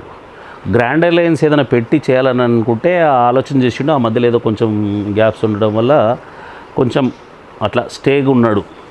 రేపు మళ్ళీ ఏం ఛాన్స్ వచ్చినా కూడా సారు పైకి పోవడానికి ఏ ఆపర్చునిటీ వచ్చినా వదిలిపెట్టాడు, నో డౌట్. అది సో ఛాన్సెస్ ఉన్నాయంటారా కేసీఆర్ సార్? ఆ ఛాన్స్ రావాలనే కోరుకుంటున్నాం, ఓకే అంతే. అప్పుడు మీరు కంబైన్ చేస్తే ఏం చేస్తారు? అప్పుడు మోదీయా కేసీఆర్? ఒకవేళ ఇద్దరు ఆ పొజిషన్లో వస్తారు. నేను ఇప్పుడు ఈ పార్టీలో ఉన్నబ్బా. ఈ పార్టీలో ఉన్నంతసేపు ఎప్పుడైనా కూడా ఈ పార్టీకే, ఎంపీకైనా ఎమ్మెల్యేకైనా దేనికైనా నేను ఈ పార్టీకి పనిచేయాల్సిందే. నేను పార్టీలో నాకు నచ్చకనో వాళ్ళకి నేను నచ్చకపోతేనో పక్కకు పోరా అన్నప్పుడు అప్పుడు నా దుకాణం నేను ఎందుకు పోవాలనుకునేది నేను చూసుకోవాల్సి వస్తుంది. కానీ నేను ఇప్పుడు టీఆర్ఎస్లో ఉన్నా, టీఆర్ఎస్ కోసం పనిచేస్తాము. రేపు ఏ ఎలక్షన్ వచ్చినా కూడా టీఆర్ఎస్ఏ నాయకుడు ఎవరిని డిసైడ్ చేస్తే వాళ్ళకే మేము సర్వీస్ చేయాల్సి, జెండా పట్టుకొని తిరగాల్సిన కార్యకర్తలు. ఇప్పుడు మీరు చెప్పినట్టు ఒక పార్టీని బట్టి ఒక జెండాని పట్టుకొని పోయినప్పుడు వాళ్ళ సిద్ధాంతాలే ఫాలో అవ్వాలి. సడన్గా ఇప్పుడు కొంతమంది, ఇప్పుడు మీరు టీఆర్ఎస్ ఉన్నారు sir, TRS is secular party. అంటే కేసీఆర్ సార్ హిందూస్ ముస్లిమ్స్ అందరినీ ఈక్వల్గా తీసుకొని పోతారు అనేది టాక్ ప్రూవ్ కూడా చేసారు చాలా చోట. సో సడన్గా ఇప్పుడు టీఆర్ఎస్లో ఉన్నవాడు అప్పుడు వరకు సెక్యులర్ ఉన్నాడు, బీజేపీ వెళ్ళాలంగానే చేంజెస్ అవుతారు. ఒకటే రిలీజన్, ఒకటే అది మన సెక్యులరిజం వదిలేసి. ఇప్పుడు బీజేపీలో ఉన్న వాళ్ళందరూ మతతత్వవాదులు కాదు, లేకపోతే వేరే వేరే పార్టీలలో ఉన్న అందరూ సెక్యులర్ వాదులేం కాదు. ఇంట్లో కూడా క్యాస్ట్ ఫీలింగ్లు ఉన్న వాళ్ళు ఉంటారు, రీజనల్ ఫీలింగ్లు ఉన్న వాళ్ళు ఉంటారు, కమ్యూనల్ ఫీలింగ్లు ఉన్న వాళ్ళు ఉంటారు, అన్నిట్లలో ఉంటారు. కాకపోతే దానికి ఒక ముద్ర పడ్డది. ఇది బీజేపీ అంటేనే పర్టికులర్గా హిందువుల కోసం ఉన్న పార్టీ అని ముద్ర పడ్డది. కానీ అంతటా ఒక్కసారి రాజకీయం కోసం దేన్నైనా వాడుకుంటారేమో కానీ రూలింగ్లకు వచ్చిన తర్వాత నేను వీళ్ళని పక్కకు పెడతా, వాళ్ళని పక్కకు పెడతా, మెజారిటీ హిందువులకే చేస్తా, నేను మైనార్టీలకు చేయనంటే రాజ్యాంగం ఒప్పుకోదు, అట్లా ఎవడు చేయలేడు కూడా. ఇప్పుడు పరిస్థితులు మన తెలంగాణలో కూడా వస్తున్నాయి. ఎక్కడ? మన తెలంగాణలో కూడా సేమ్ పరిస్థితులు ఏదైతే యూపీ బీహార్ అటు సైడ్ ఉందో అట్లాంటి పరిస్థితులు వస్తున్నాయి కదా. ఫర్ ఎగ్జాంపుల్ ధర్మపురి అరవింద్, ఇంకా బీజేపీ ప్రెసిడెంట్ ఇక్కడ ఎవరైతే ఉన్నారో వీళ్ళందరూ మళ్ళీ ఒకటే సైడ్ మాట్లాడుతున్నారు. దానికి అంటే వాళ్ళు ఆ పార్టీ సిద్ధాంతాల ప్రకారం వాళ్ళు వాళ్ళ పార్టీకి ఇమేజ్ పెంచుకోవడానికి కొంచెం సెన్సిటివ్ వర్డ్స్ యూజ్ చేసి జనాలను రెచ్చగొడుతున్నారు. రెచ్చగొట్టడం అనేది ప్రతిసారి సక్సెస్ కాదు. టెంప్ట్ చేయడం అనేది ఒకసారి 2 సార్లు చేయగలుగుతాం. పైసలతో గెలిచడం ఎంతనో ఈ కమ్యూనల్ ఫీలింగు, క్యాస్ట్ ఫీలింగ్ పెట్టుకొని గెలవడం అనేది కూడా అన్నట్టు. రియల్ లీడర్ ఎప్పుడు కూడా పబ్లిక్ ఇష్యూస్ మీద ఫైట్ చేసినప్పుడు ఎప్పుడు కూడా ఓటమి ఎరగడు. ఇప్పుడు రాజశేఖర రెడ్డిని ఓడగొట్టాలనుకున్నారు, ఆయన జీవితంలో ఓటమి అనేది లేదు. మరి వేరే వేరే పెద్ద పెద్ద స్థాయి నాయకులు, ముఖ్యమంత్రులు చేసిన వాళ్ళు ఆఫ్టర్ ఆల్ ఎమ్మెల్యే కూడా ఓడిపోయిన వాళ్ళు చాలామంది ఉన్నారు. ఒకవేళ రాజశేఖర రెడ్డి సార్ బతుకుంటారు సార్, ఇలా ఏం పరిస్థితి ఉంటుంది? ఇమాజినేషన్ ఇది. ఆంధ్రప్రదేశ్ సమైక్యంగానే ఉండేది, తెలంగాణ వచ్చేది కాదు. తెలంగాణ కోసం కొట్లాడే పరిస్థితులు కూడా ఉండకపోలేము. అంటే ఆయన విజన్ అట్లా ఉండేది. ఆయన ఎంతసేపు రాయలసీమ ఫ్యాక్షనిస్టు ప్రాంతీయ నాయకుడు కాదు, ఆంధ్రప్రదేశ్ రాష్ట్రానికి నాయకుడిగా చేసిండు. అది ప్రూవ్ చేసుకున్నాడు కూడా. తెలంగాణలో ఎవ్రీ కార్నర్లో కూడా ఆ నాయకునికి ఉన్నంతమంది నాయకులు కాంగ్రెస్లో ఉన్న ఇక్కడి తెలంగాణ నాయకులకు ఎవరికి కూడా ఫాలోవర్స్ లేరు. ఒక రాజశేఖర రెడ్డికి ఎంతమంది ఉన్నారో, తెలంగాణలో నుంచి పెద్ద పెద్ద లీడర్లు అనుకునేటోళ్ళను ఒక 10 మందిని తీసుకుంటే కూడా ఈ 10 మందికి ఉన్న సపోర్ట్ కంటే రాజశేఖర రెడ్డికే ఎక్కువ సపోర్ట్ ఉంటుంది. బికాజ్ ఆయన ఏమైనా అందరికీ డబ్బులు ఇచ్చుకున్నాడా, రోజు మాట్లాడిండా, రోజు ఇంత భోజనం పెట్టిండా? కాదు. ఆయన విజను, ఆయనకున్న కెపాసిటీని లైక్ చేసి, లీడర్ను అందరినీ ఎవరు కలవలేరు, కానీ వాళ్ళ విజను, వాళ్ళు చేసే ఫైటు, వాళ్ళ విధానాన్ని చూసి ఎవడైనా లైక్ చేస్తాడు. నేను ఒక 4 సార్లు కలిసిన, అంత మాత్రాన నేను రాజశేఖర రెడ్డి నాకేదో చేసేసిండని ఏం లేదే, నాకేం పట్టరాసి ఇచ్చిండా? అంతే. మరి ఎవరికి ఏది చేయలేరు.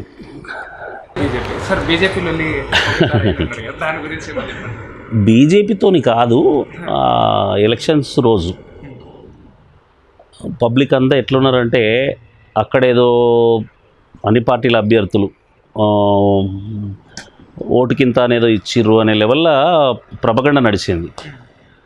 ఇక్కడ ఉన్నది స్లమ్ము, సాయినగర్ పక్కన కృష్ణారెడ్డి నగర్ కాలనీ, కాలనీ కనుక్కొని కొంతమంది ప్రతి దగ్గర క్యాండిడేట్స్ డబ్బులు ఇచ్చిర్రు, మా ఏరియాలో మాకు ఇవ్వలేదు అనేది ఒక ఆబ్లిగేషన్. మాకు ఇన్ఫర్మేషన్ ఏంటంటే మధ్యాహ్నం 2 o'clock వరకు కూడా ఆ ఏరియా నుంచి ఓటు వేయడానికి ఎవరు రాలేదని, అందరూ బయట నిలబడ్డారు. అంటే డబ్బులు లీడర్ సబ్ లీడర్కి ఇచ్చాడు అనేది వాళ్ళ ఫీలింగ్, ఓన్లీ ఫీలింగ్. అది డబ్బులు పంచుతున్న పరిస్థితి ఎవరికి లేదు ఇక. ఆ రోజు మాకు ఇవ్వలేదు, అక్కడ పక్క కాలనీలలో ఇచ్చిరట అని ఎవడో స్ప్రెడ్ చేస్తారు కదా అంతా పాలిటిక్స్లా.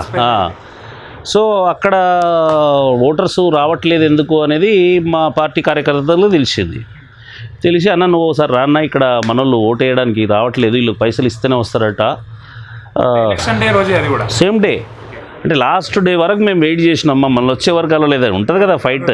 ఒక ఓటు బలం ఏందనేది వాళ్ళకి తెలుసు కదా. సో ఓటు వేయడానికి ముందుకు వస్తలేదంటే సరే నేను వస్తున్నా ఉండరా బాబు అని చెప్పేసి నేను బైక్ మీదనే వచ్చినట్టున్నా. నా ఎప్పుడు 4 క్యాడర్ పెట్టుకొని తిరుగుడు అది కూడా అలవాట్లేదు. ఆ రోజు ఆ షోపుటప్ కూడా మనకు ఉండదు. నేను ఆ పిల్లోడ వినోదే, ఆయన కూడా అదే కాలనీలో ఉంటాడు సాయినగర్లో. వీళ్ళు కొంత వింటలేరన్నా అని వాడు ఫోన్ చేస్తేనే నేను అక్కడికి వెళ్ళినా. నన్ను చూడగానే కొంతమంది మొహాలు కొంచెం పక్కకు పెట్టుకుంటారు మొహమాటంతో. సార్ మీరు ఇట్లా ఎండలో కూర్చున్నారు ఏంది, ఓట్లు వేయడానికి రాలేదని విన్నా, ఏందమ్మా ఏం ప్రాబ్లం అని అడుగుతున్నా కొంచెం ఫ్రీగా మాట్లాడేటోళ్ళతో. లేదు రెడ్డి అని కొంతమంది, లేదు పటేల్ అని కొంతమంది అంటుంటారు, మన ఊర్లో పుట్టి పెరిగినాం కాబట్టి.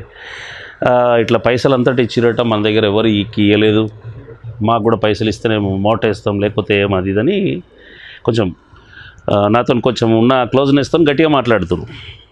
నేను చెప్పిన ఏ పార్టీలు కూడా పైసలు ఇచ్చే పరిస్థితి లేదు, ఇస్తలేరు. మీరు ఓటు వేయకున్నా కూడా ఓట్లు పడ్డవి ఓట్లతో ఎవరో ఒకరు గెలుస్తారు. మీ ఓటు వేయకపోతే మీ ఓటును మీరు కిల్ చేసుకున్నట్టు అవుతుంది తప్పమ్మా. మీకు ఏ పనులున్నా రేపు నేను శ్రీదేవి గారు గెలవాలని మిమ్మల్ని ఓటు వేయమని అడుగుతున్నా. ఆమెతో ఏ పని ఉన్నా చేయించే పుచ్చి నాది, శ్రీదేవితో. ఆమెతో కాకుండా నేను సొంతంగా అయినా కూడా మన బస్తీ వరకు వస్తే మీరు నా ఇంటికి పక్కనే ఉన్నారు కాబట్టి మీకు ఏ అవసరం ఉన్నా నేను ఇక్కడ అందుబాటులో ఉంటా కదమ్మా. రోజు వాకింగ్లోనే నన్ను చాలామంది చూస్తారు కదా. ఆ వాకింగ్ టైంలో అయినా సరే ఓ లైట్ లేదనో, బోర్ లేదో, వాటర్ వస్తలేదో, ఇంకో మంచో చెడో, ఓ రోడ్ బాగాలేదని చెప్పండి, నేను దగ్గరుండి పనులు చేయిస్తా. ఈ 500-1000 రూపాయలు ఎవడన్నా క్యాండిడేట్ ఇచ్చినా అది ఎందుకైతే అమ్మ మనకు ఇది కరెక్ట్ కాదు. ఒకప్పుడు వేరు కానీ ఇప్పుడైతే అందరం దేవుని దేవాల మంచిగా బతుకుతున్నాం కదా, మీరు ముందు ఓట్లు వేయరి. మాకు వరద బాధితుల పైసలు కూడా రాలేదు అది ఇది అనేదో మాట్లాడేది. వరద బాధితులు ఏదైనా ఉంటే ఆల్రెడీ సీఎం గారు స్టేట్మెంట్ ఇచ్చారు కదమ్మా, ఎలక్షన్స్ కోడ్ ఎత్తేసిన తర్వాత నిజంగా రియల్ బెనిఫిషియర్స్ ఎవరు ఉండరో వాళ్ళకి మళ్ళీ ఆన్లైన్లో అకౌంట్ పెడితే అవి ఇన్స్పెక్షన్ చేసేసి వేస్తుంటారు. అవి కూడా వస్తాయో లేదో మనకు తెలియదు. నేను ఇదే చెప్తా, అవి కూడా వస్తాయో లేదో తెలియదు మన ఏరియాకు. అప్లికేషన్స్ మీరు పెట్టుకోండి, వస్తే సంతోషపడదాం, రాకపోతే మన కర్మింతే అనుకుందాం. కానీ దీనికోసం ఓటు వేయకుండా కరెక్ట్ కాదు. మీకు ఏ పని పడ్డా నేను చేసి పెడతాను, మీకు నమ్మకం ఉంటే మీరు ఓటేయండి. కాదు సీఎం రిలీఫ్ ఫండ్ ఏదైనా ఉంటే మనం అప్లికేషన్లు కావాలంటే కూడా ఈ సేవలు అక్కడ ఇక్కడ మన పిల్లలతో పెట్టించి ఆ పని చేద్దాం అది ఇది అని నేను చెప్తున్నా. ఈ లోపల ఎవరో ఆ పిల్లలకు ఈ ఉన్న వాళ్ళు ఎవడో కూడా బీజేపీ సింపతైజర్ ఉంటాడు కదా, వాడు వాళ్ళకి ఫోన్ చేసాడు, మీరు వచ్చేసి ఏరియాలో యాడ్ చేయండి. వీడు ఏదో చేస్తున్నారు, ఇక్కడ కుంభకోణం చేస్తున్నారని. కుంభకోణం ఎవడన్నా అందరిని ఒక దగ్గర కూర్చునేవాడు చేస్తాడా అబ్బా? అలా నేను పైసలు పంచడమా? అచ్చా, వాళ్ళు మీరు పైసలు నేనే పంచుతున్నానే లెవెల్లో వాళ్ళకు మెసేజ్ పోయింది. మిట్ట మధ్యాహ్నము ధన్పాల్ రెడ్డి అనే ఒక వ్యక్తి చుట్టుపక్కల అందరికీ తెలిసినోన్ని పిచ్చిగా నేను పంచడం ఏంది? ఒకవేళ నిజంగా పంచాలంటే మా క్యాడర్కు చెప్తాం, మీరు పోయి ఆ ఇళ్ళల్లో నేనెందుకు ఇవ్వు, అసలు నా ఎలక్షన్కి నేను ఎవరికి పైసలు ఇవ్వను నేను. అదే ఒక మిస్గైడ్ అయిపోయి మెసేజ్ పోతే పిల్లలంతా వచ్చేసారు. ఫస్ట్ V6 ఏదో వచ్చిండు అతను, వచ్చి న్యూస్ ఛానల్ వరకు కూడా బీజేపీ ఫేవర్గా ఉన్నారు కాబట్టి వాళ్ళు వచ్చిర్రు. వచ్చి కూడా ఇక్కడ ఏం జరుగుతుందని అబ్జర్వ్ చేయాలి. ఆయన ఒక కంప్లైంట్ ఉంటే పోలీసు వాళ్ళు వచ్చి ఒక ఏమంటారు తప్పు చేసిన నిందితుడిని ఎట్లా చూస్తారో ఆ లెవెల్లో చూసి మాట్లాడుతున్నారు గట్టిగా. మీరు వీడెందుకున్నారు, మీరు ఎవరు, వాడెవడు, వీడెవడు అనే స్టైల్లో మాట్లాడుతున్నారు. నేనన్నా వీళ్ళంతా బస్తోళ్ళు, నేను TRS కార్యకర్తను, మీ పేరు ఏంటంటే నేను సో అండ్ సో అన్నీ చెప్పిన. వాడికి ఆన్సర్ లేదు. మీరు మర్యాదగా మాట్లాడండి, ప్రెస్ని అడ్డం పెట్టుకుని నువ్వు ఎక్స్ట్రా చేయకు, అక్కడ జనాలంతా ఏమి ఎక్స్పెక్ట్ చేస్తారో కనుక్కో. వాళ్ళు అడుగుతుంది వరద సహాయం గురించి, వాళ్ళు ఓటేయడానికి కన్విన్స్ చేయడానికి వచ్చినాం. వీడ ఉండొద్దు అని నీకు నువ్వేవాడు, నీకేదైనా డౌట్ ఉంటే కంప్లైంట్ చేసుకో అంతే అని చెప్పి వాళ్ళని కొంచెం గట్టిగా మాట్లాడేటప్పటికి వాళ్ళు ఏం చేసి అక్కడ మెసేజ్ పంపిస్తే 5-6 TRS కార్యకర్తలు, వాళ్ళంతా నాకు చిన్నప్పటి నుంచి తెలిసిన పిల్లలే. ఆ వచ్చినప్పుడు ఒకడేమో ఏం చేస్తున్నానా ఇదని కొంచెం గట్టిగా మాట్లాడండి. ఎవరైంది చేసేదిరా బాబు, ఓటేయని వాళ్ళని ఓటేయమని చెప్పడానికి వచ్చినాం.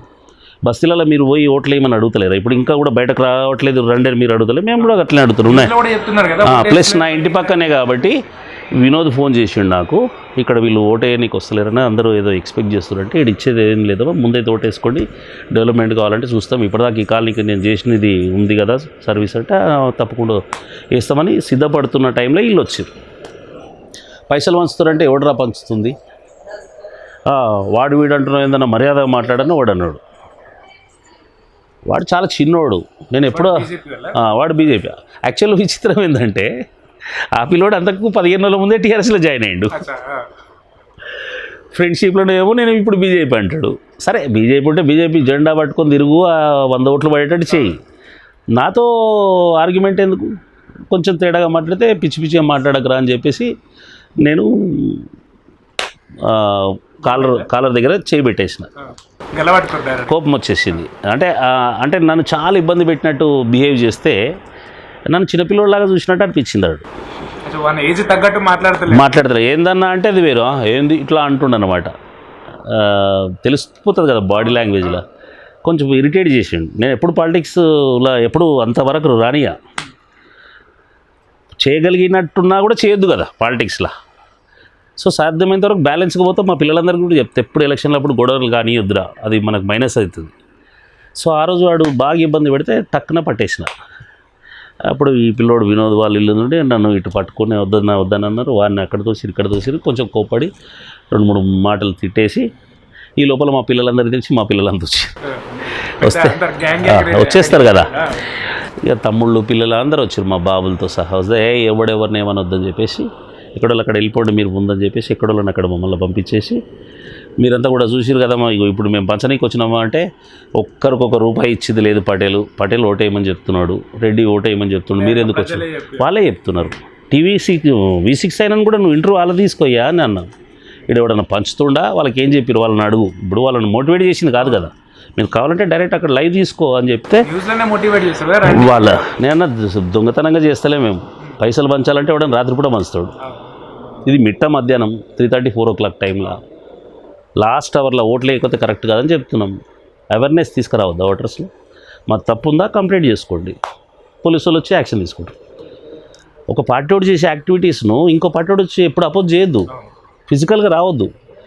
నువ్వు త్రూ రా ఛానల్ కంప్లైంట్ ఎలక్షన్ కమిషన్కు చేయి, పోలీస్కు చేయి, త్రూ పోలీసు రండి, వీళ్ళు తప్పు చేస్తున్నారని వాళ్ళకి చూపిస్తే వాళ్ళు మమ్మల్ని మా మీద యాక్షన్ వాళ్ళు తీసుకుంటారు.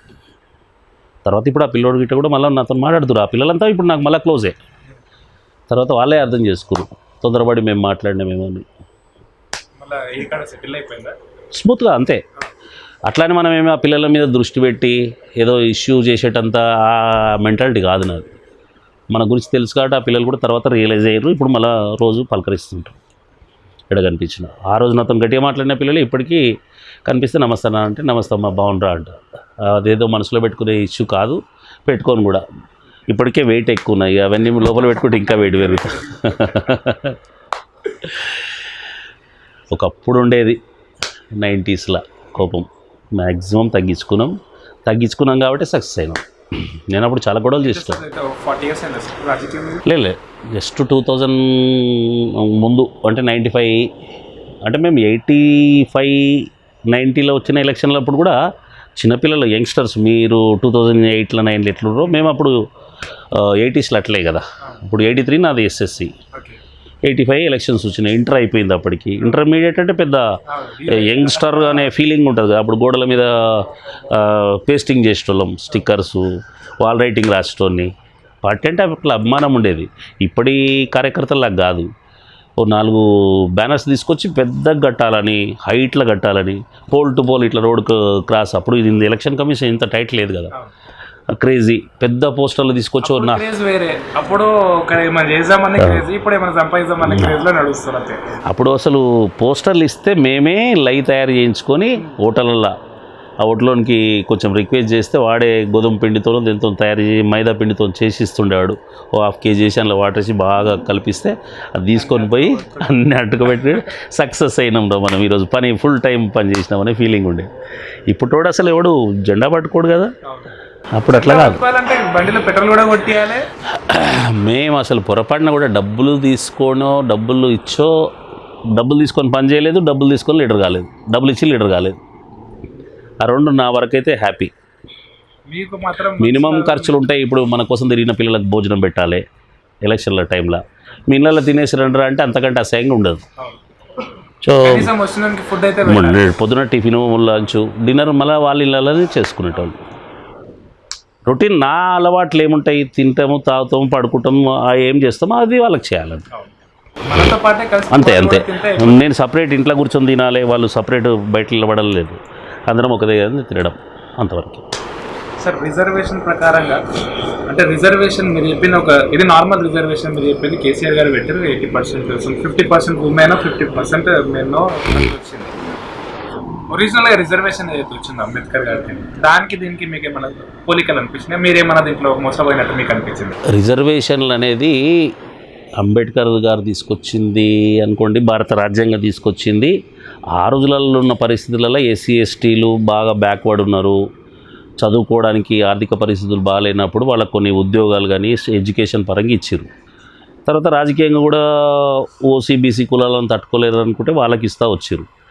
దీన్ని ఫైనల్గా ఇప్పుడు రాజకీయాలు ఎట్లయిపోయినాయంటే రోజు రోజుకి ఓట్ల కోసము ప్రతిదీ ఇంకా పెంచుకుంటూ పోయి లాస్ట్కు బీసీలు ఓసీలలో కూడా లేడీస్కి కూడా రిజర్వేషన్ తీసుకొచ్చారు. లేడీస్కు 33% అనేది ఒక పార్ట్. మళ్ళీ ఇంట్లో కేటగిరీలు ఎస్సీలు, ఎస్టీలు, బీసీలు, ఓసీలు అని మళ్ళీ అందులో సపరేటే అందులో చేసారు. ఈ రాజకీయాల్లో ఇంతవరకు తీసుకురావడం అయితే కరెక్ట్ కాదు. మీరు అన్నట్టు రిజర్వేషన్స్లో వేరే ఎస్సీ ఎస్టీలో వదిలిపెడదాం జరసేపు. ఓసీలలో అనుకోండి, ఇంకెళ్ళిన కమ్యూనిటీలో లేడీస్ని తీసుకొస్తే ఒక 100 మందిలో ఒక 20 మందే ఓన్ క్యాలిబర్తో అయిన వాళ్ళు ఉంటారు. మిగతా వాళ్ళంతా కూడా వాళ్ళ ఫ్యామిలీ బ్యాక్గ్రౌండ్ నుంచి వచ్చిన వాళ్ళు ఉంటారు. వచ్చినాక వాళ్ళు ఆల్రెడీ ఎడ్యుకేటెడ్ అయి ఉండి వాళ్ళకు కొంత దమ్ము ఉంటే వాళ్ళను ఫ్రీ హ్యాండ్గా వదిలిపెట్టేస్తే బెస్ట్. కానీ ఎక్కడ వెళ్ళినా కూడా ఆమెతో పాటు భర్తనో, కొడుకో, అల్లుడో, బంధువో ఎవడో ఒకటి దగ్గరుండి ఆమె కంటే ఎక్కువ పబ్లిక్తో కూడా వీళ్ళు ఎక్కువ అప్రోచ్ ఉంటారు.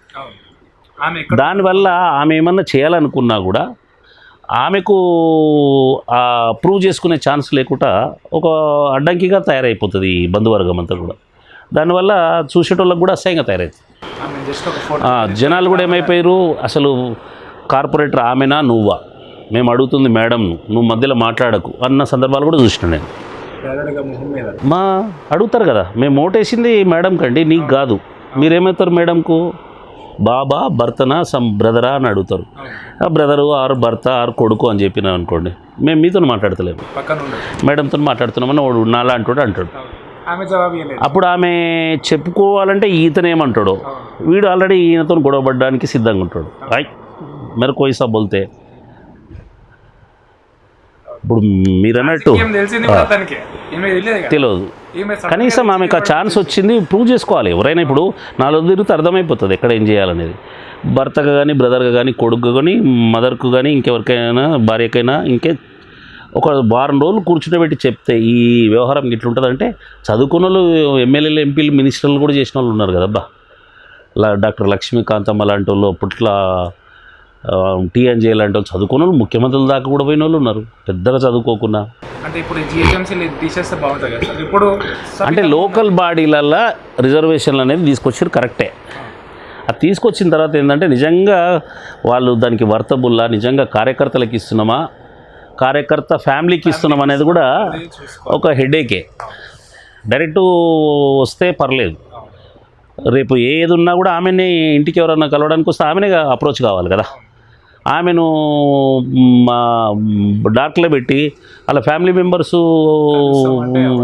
కలవండి అని అంటే అది కొంత ఇబ్బందికరంగా ఉంటుంది రాజకీయాల్లో. ఇది అంతటా ఉందే, ఓన్లీ తెలంగాణ కాదు, ఆంధ్ర కాదు, త్రూఅవుట్ ఇండియాలో ఉందే ఇది. లేడీస్కు రిజర్వేషన్ తీసుకొచ్చిన ప్రతి స్టేట్లో. ప్లస్ లోకల్ బాడీస్ కాడికి వస్తే ఇది స్టేట్ గవర్నమెంట్ల మీద డిపెండ్ అయి ఉంటుంది. ఇప్పుడు ఒకే న్యాయం ఒకే చట్టం అని అంటారు, కానీ భారతదేశంలో 100 రకాల చట్టాలు, 100 స్టేట్లు, 100 జిల్లాలు, జిల్లాకో రకము, స్టేట్కో రకము, అంత గమ్మత్తుగా ఉంటుంది. ఇది కూడా అసలు ఏమంటారు, స్ట్రీమ్ లైన్ చేయాల్సిందే, చేయకపోతే హెడేక్ అవుతుంటుంది. వాళ్ళ పార్టీ కూడా పేరు పోతుంది, అది జనాలలో కూడా పేరు వెళ్ళిపోతుంది. అంటే ఏదున్నా ఓట్ల అయిపోతుంది కదా. ఇప్పుడు హస్బెండ్ ఫాదర్ అంటే 33% ఇవ్వాలనేది ఒకటి పెట్టిరు, బాగానే ఉంది. దాన్ని 50% తీసుకొస్తా అంటే ఇంకా సంతోషమే. కానీ వాళ్ళు సొంతంగా చేస్తే బెస్ట్ కదా. ఇప్పుడు మా టర్మ్లో ఉన్నప్పుడు కూడా మేము స్టడీ టూర్స్కి వెళ్ళేటోళ్ళం, వాళ్ళతో పాటు వాళ్ళ భర్తలు కూడా వచ్చేటోళ్ళు. ఓన్లీ భార్యను పంపించలేని పరిస్థితిలో సంథింగ్ ఏదో డిస్టర్బెన్స్ వచ్చినప్పుడు కొంత వాళ్ళు ఇబ్బంది పడే పరిస్థితులు కూడా ఉంటాయి ఎక్కడన్నా. ఇది గుంటూరు రామ్మోహన్ అన్న ఎక్స్ మేయర్, అంటే ఫస్ట్ మేయర్ ఆఫ్ హైదరాబాద్ అని చెప్పవచ్చు. ఫస్ట్ మేయర్ ఆఫ్ తెలంగాణలో. ఇప్పుడు కేకే డాటర్ గద్వాల్ విజయలక్ష్మి గారు. డిఫరెన్స్ ఏమైనా చెప్పగలుగుతారా? మీ రాజకీయ మీరు ఇన్ని సంవత్సరాలు ఉన్నారు, ఇంతమందిని చూసారు. బొంతు రామ్మోహన్ గారు ఉద్యమంలో డైరెక్ట్ ఫస్ట్ నుంచి ఉన్న వ్యక్తి. 2002 or 2003 నుంచి పార్టీలో జాయిన్ అయ్యి టీఆర్ఎస్ విద్యార్థి నాయకుడిగా, తర్వాత యువజన నాయకుడిగా ఉంటూ కేసీఆర్ గారి ప్రతి యాక్టివిటీస్లో, ఉద్యమంలో ఉన్న ప్రతి యాక్టివిటీలో ఆయన వెన్నంటి ఉన్న వ్యక్తి. ఆయన సరే వరంగల్ నుంచి సిటీకి వచ్చిండు, చదువుకున్నాడు, ఉద్యమంలో ఉండి ఇక్కడనే 14 సంవత్సరాలు కష్టపడ్డాడు. ఫస్ట్ టైం ఆయనకు ఛాన్స్ ఇచ్చారు. ఇచ్చిన తర్వాత ఆయనతో అయినంత వరకు కేసీఆర్ గారిది, కేటీఆర్ గారి సపోర్ట్ అనుకోండి, స్టేట్ మన సిటీ వరకు ఫండ్స్ మా ఉప్పల్ కాన్స్టిట్యున్సీకి అయితే నాకు తెలిసినంత వరకు బాగా తీసుకొచ్చాడు. మొత్తం కాన్స్టిట్యున్సీకి 10 డివిజన్లకు కూడా నాకు తెలిసి ప్రతి డివిజన్లో కూడా ఒక 100 కోట్ల వరకు తీసుకొచ్చారు. మా డివిజన్లో మాత్రం 180-190 crores వరకు తీసుకొచ్చింది. ఇది ఇంతవరకు ఓకే. ప్లస్ ప్రతి కార్నర్లో కూడా ఏది మంచి చెడు జరుగుతున్నా కూడా కేటీఆర్ గారు కూడా ఫుల్ టైం దీని మీద కాన్సన్ట్రేట్ చేసారు. ఇది capital city greater Hyderabad great ఏంటంటే తెలంగాణలో 1/4 పాపులేషన్, ఈడ 1 కోటి జనాభా. రెవెన్యూ పరంగా 75% ఈడి నుంచే వచ్చేది. సో ఆ సిటీని, మొత్తం స్టేట్ని ఎంత చూస్తామో సిటీని అంతకంటే ఎక్కువనే చూడాల్సిన అవసరం ఉంటుంది. సో అట్లా కేటీఆర్ గారు కూడా మ్యాక్సిమం ఆయన ఎఫర్ట్స్ పెట్టి ఆయన అడ్వైజ్లో మన రామ్మోహన్ గారు రాత్రింబాలు కూడా తిరుగుతాడు. రాత్రి 2 గంటల టైంలో కూడా ఇక్కడ రోడ్ వేస్తారు, అక్కడ వర్క్ నడుస్తుందంటే ఫీల్డ్లలో పోయి తిరిగిండు.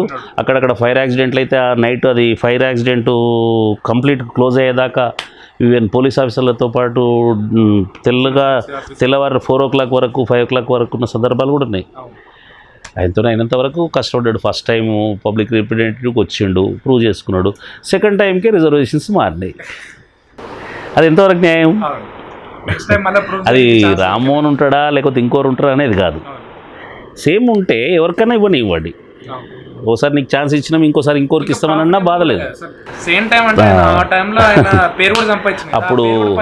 అప్పుడు బీసీ జనరల్ ఉండే, ఇప్పుడు బీసీ లేడీ అయింది, జనరల్ లేడీ అయింది. అయితే ఇప్పుడు గద్వాల విజయ్ గారు ఆ రేంజ్లో వర్క్ చేయగలుగుతారంట.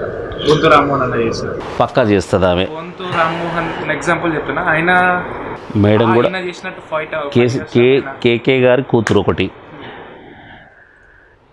ఎన్ఆర్ఐ, బాగా చదువుకున్న ఆమె ఏజ్ పరంగా కూడా కుటుంబ బాధ్యతలు కూడా ఆమెకు లేవు నాకు తెలిసి.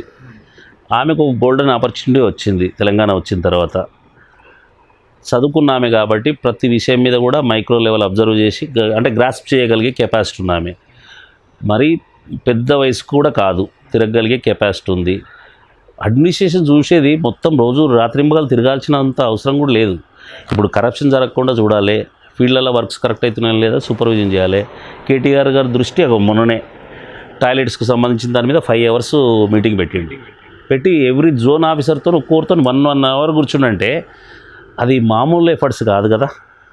ఒక మంత్రి స్థాయిలో ఉన్న వ్యక్తి ఒక 5 minutes మాట్లాడి వార్నింగ్ ఇస్తే సరిపోతుంది. మంచి చెడు చెప్పడం, ఇట్లా కాదు ఇట్లా చేయండి అని చెప్పడం. 1 hour ఒక్కొక్కరి దగ్గర మాట్లాడిందంటే ఆ జోన్లో ఉన్న విషయాల మీద కంప్లీట్ అవగాహన రానికి అంత టైం తీసుకున్నట్టు. ప్లస్ వీళ్ళకు కూడా ఫ్రీ హ్యాండ్ ఇవ్వాల్సిందే ఆఫీసర్లకు కూడా, ఎందుకంటే వాళ్ళ మా బాధలు కూడా ఏమైనా చెప్తే అర్థం చేసుకొని ఇంకేమీ గవర్నమెంట్ తరఫున చేయాలను.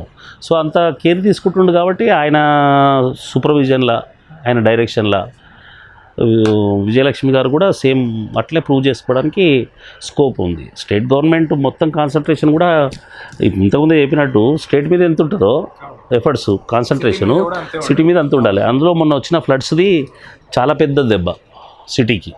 దాని ప్రకారమే మీకు చెప్తున్నాను సార్.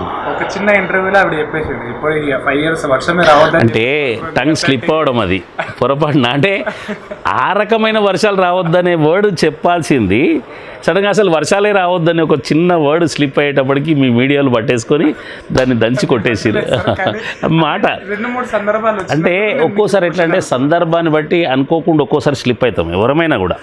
ఆ స్లిప్ అయిన వాటిని హ్యుమానిటీ గ్రౌండ్లో కొంచెం పక్కకు పెట్టేసి మాట్లాడితే ఈజీగా ఉంటుంది.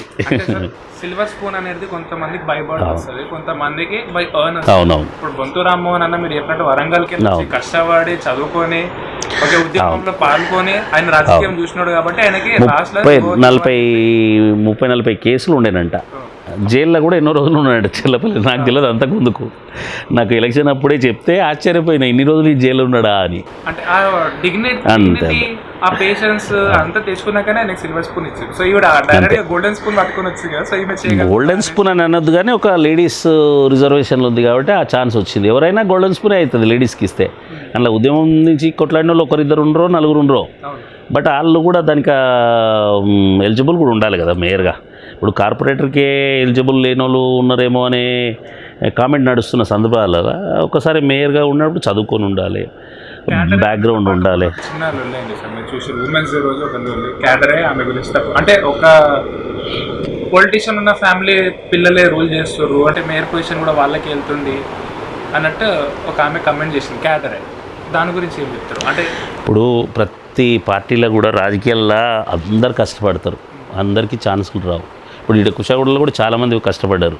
ఇది నేను కాంగ్రెస్లో ఉన్నప్పుడు అనుకుందాం, నా ఒకడికి ఛాన్స్ వచ్చింది. నేను కష్టపడితే నాకు కూడా ఛాన్స్ రాకుండా ఇంకోటికి ఇచ్చేసారు. అప్పుడు నేను ఇండిపెండెంట్గా పోయినా. సో ప్రతిసారి అందరికీ ఎవరేం న్యాయం చేయలేము, కానీ పేషెన్స్తో ఉండాలి. పార్టీ అన్నప్పుడు కమిట్మెంట్ కూడా కొంచెం పనులు చేస్తుండాలి. తప్పులు ఒకవేళ జరుగుతుంటే ఇండోర్లో చెప్పాలి. ఇప్పుడు నాకు కూడా కొన్ని విషయాల మీద అసంతృప్తి ఉందనుకుందాం పార్టీలో. నేను ప్రెస్ వాళ్ళ ముందటనో లేకపోతే ఏదైనా మీటింగ్ పట్టినప్పుడు నేను పెద్ద గొప్ప నాయకునిలాగా ఆ తప్పులన్నీ అక్కడ ఫోకస్ చేస్తుంటే కరెక్ట్ కాదు. ఇదొక ఫ్యామిలీ లాంటిది. ఫ్యామిలీ హెడ్ ఉంటాడు, ఇంకో గార్డియన్ ఉంటాడు, వాళ్ళకి చెప్పాలి మనం, సార్ ఇట్లా జరుగుతుంది మా విషయంలో. ఇప్పుడు నా విషయంలో ఉంది. ఆ రోజు ఈడ ఒక ఇన్సిడెంట్ జరిగింది, మా పిల్లలంతా నారాజ్ అయ్యారు, బీజేపీలో వచ్చిన ఇంటికి. నేను ఎలక్షన్ మధ్యలో నేను పార్టీ వదిలిపెట్టాను. శ్రీదేవి గారికి ఎలక్షన్ రోజు ఎలక్షన్ లాస్ట్ అవర్ వరకు ఆమె కోసం మనస్ఫూర్తిగా పనిచేస్తారు ఇట్లా పెట్టి చెప్పిన ఎవరికి రఘునందన్కు ప్రభాకర్కు అచ్చా వాళ్ళు మీకు కాల్ చేసిరా సార్? కాల్ చేసిడు ఇంటికి వచ్చిర్రు 2 hours కూర్చున్న నా దగ్గర అచ్చా 2 hours రఘునందన్ రావు ఇంకా ఎక్స్ఎమ్మెల్యే ప్రభాకర్ ఓకే ఇద్దరు వచ్చారు. క్యాండిడేట్ వచ్చి కూర్చున్నాడు ఏది కార్పొరేటర్ కోసం కార్పొరేటర్ కాంటాక్ట్ చేస్తున్న పిల్లోడు ఈడ కూర్చున్నాడు ఇక్కడ ఇంకో పిల్లోడు కూర్చున్నాడు వాళ్ళ అభిమానులే వాళ్ళు ఎదురుగా కూర్చున్నారు చెప్పిన నేను పొరపాటు ఎక్కడో జరిగితే పొరపాటును పట్టుకొని నేను ఏదో అలిగిపోయేటోని కాదన్నా పొరపాటు గురించి నేను వాళ్ళకి నోటీస్కి పెడతాను సో నేనన్నా అది పొరపాటు అక్కడ కాదు పొరపాట్లు ఎక్కడ ఎన్నో జరుగుతుంటాయి నేను 15 ఏళ్ళ నుంచి రాజకీయాలు ఉన్నా అన్నిసార్లు మనకు గౌరవం ఉండాలంటే ఒక్కోసారి బై మిస్టేక్ రాదు నేను ఇప్పటిదాకా కూడా అందరికీ రేపటి ప్రోగ్రాం గురించి చెప్పిపోయిన పైకి అలగలేదు మా పిల్లలు అలిగిరు నేను అయినా సరే మీరు ఇంటికి వెళ్ళిపోయి రేపు పొద్దున చూసుకుందాం లేరా అని చెప్పిన అయినా కూడా పిల్లలు వినకుండా కొంచెం గొడవ చేసినట్టుకుంటే మీ నోటీస్కి ఎట్లా వచ్చిందో మీరు వచ్చారు థ్యాంక్స్ అని నా మీద అభిమానంతో వచ్చినందుకు ఆఫ్టర్ ఎలక్షన్ ఏదైనా మాట్లాడతా కానీ నేను ఇప్పుడు తొందరపడి మాట్లాడేది లేదు నేను విజయమ్మ శ్రీదేవి గారిని గెలిపించేయడానికి నా మనస్ఫూర్తిగా పనిచేస్తా అని చెప్పిన. So one of the main key role అని చెప్పొచ్చా సార్ లేదంటే మెయిన్ కీ రోలే మీదే ఉండే ఎలక్షన్లో? కీ రోల్ అని ఏం లేదు ఇప్పుడు ఈడున్న వాళ్ళల్లో నేను ఎంతో ఒకసారి కౌన్సిలర్ చేసిన కార్పొరేటర్ చేసిన ఎవ్రీ కార్నర్ తిరిగినోడిని ఎవ్రీ కార్నర్లో నన్ను గుర్తుపడతారు నన్ను చూసి 4 ఓట్లు ఎక్కువ పడతాయి అనేది వాళ్ళ ఫీల్ ఎవరికైనా ఇప్పుడు మామూలు కార్యకర్తకోమో ఒక బస్తీలనే టచ్ చేస్తుంటాయి నేనేమో ఒక బస్తీలో కాకుండా ఈ 60 కాలనీ 70 కాలనీల నుంచి నేను 15 సంవత్సరాల నుంచి చూస్తున్న కాలనీసే అందరు గుర్తుపడతారు ఈ 1-2 years నుంచి వచ్చిన వాళ్ళు కూడా నా పేరు వినుంటారు కానీ కొంతమంది అప్రోచ్ కాకుండొచ్చు నేను అలా కలవకుండొచ్చు వాళ్ళు నన్ను కలవకుండొచ్చు కానీ ఒక 5 years కింది వరకు అయితే ప్రతి ఇంట్లో ఒక్కరైనా నన్ను గుర్తుపట్టేటంత తిరిగినోండి నేను ఎండాకాలంలో 2 hours తిరుగుతుంటే వాళ్ళకి వాటర్ సప్లై కోసం కేరింగ్ తీసుకుంటుంటే 2024లో మళ్ళీ ఎలక్షన్స్ వస్తాయి టీఆర్ఎస్ తరఫున మీకేమన్నా అంటే ఏమన్నా వస్తుంది అన్న ఏమన్నా ఆశ ఏమైనా?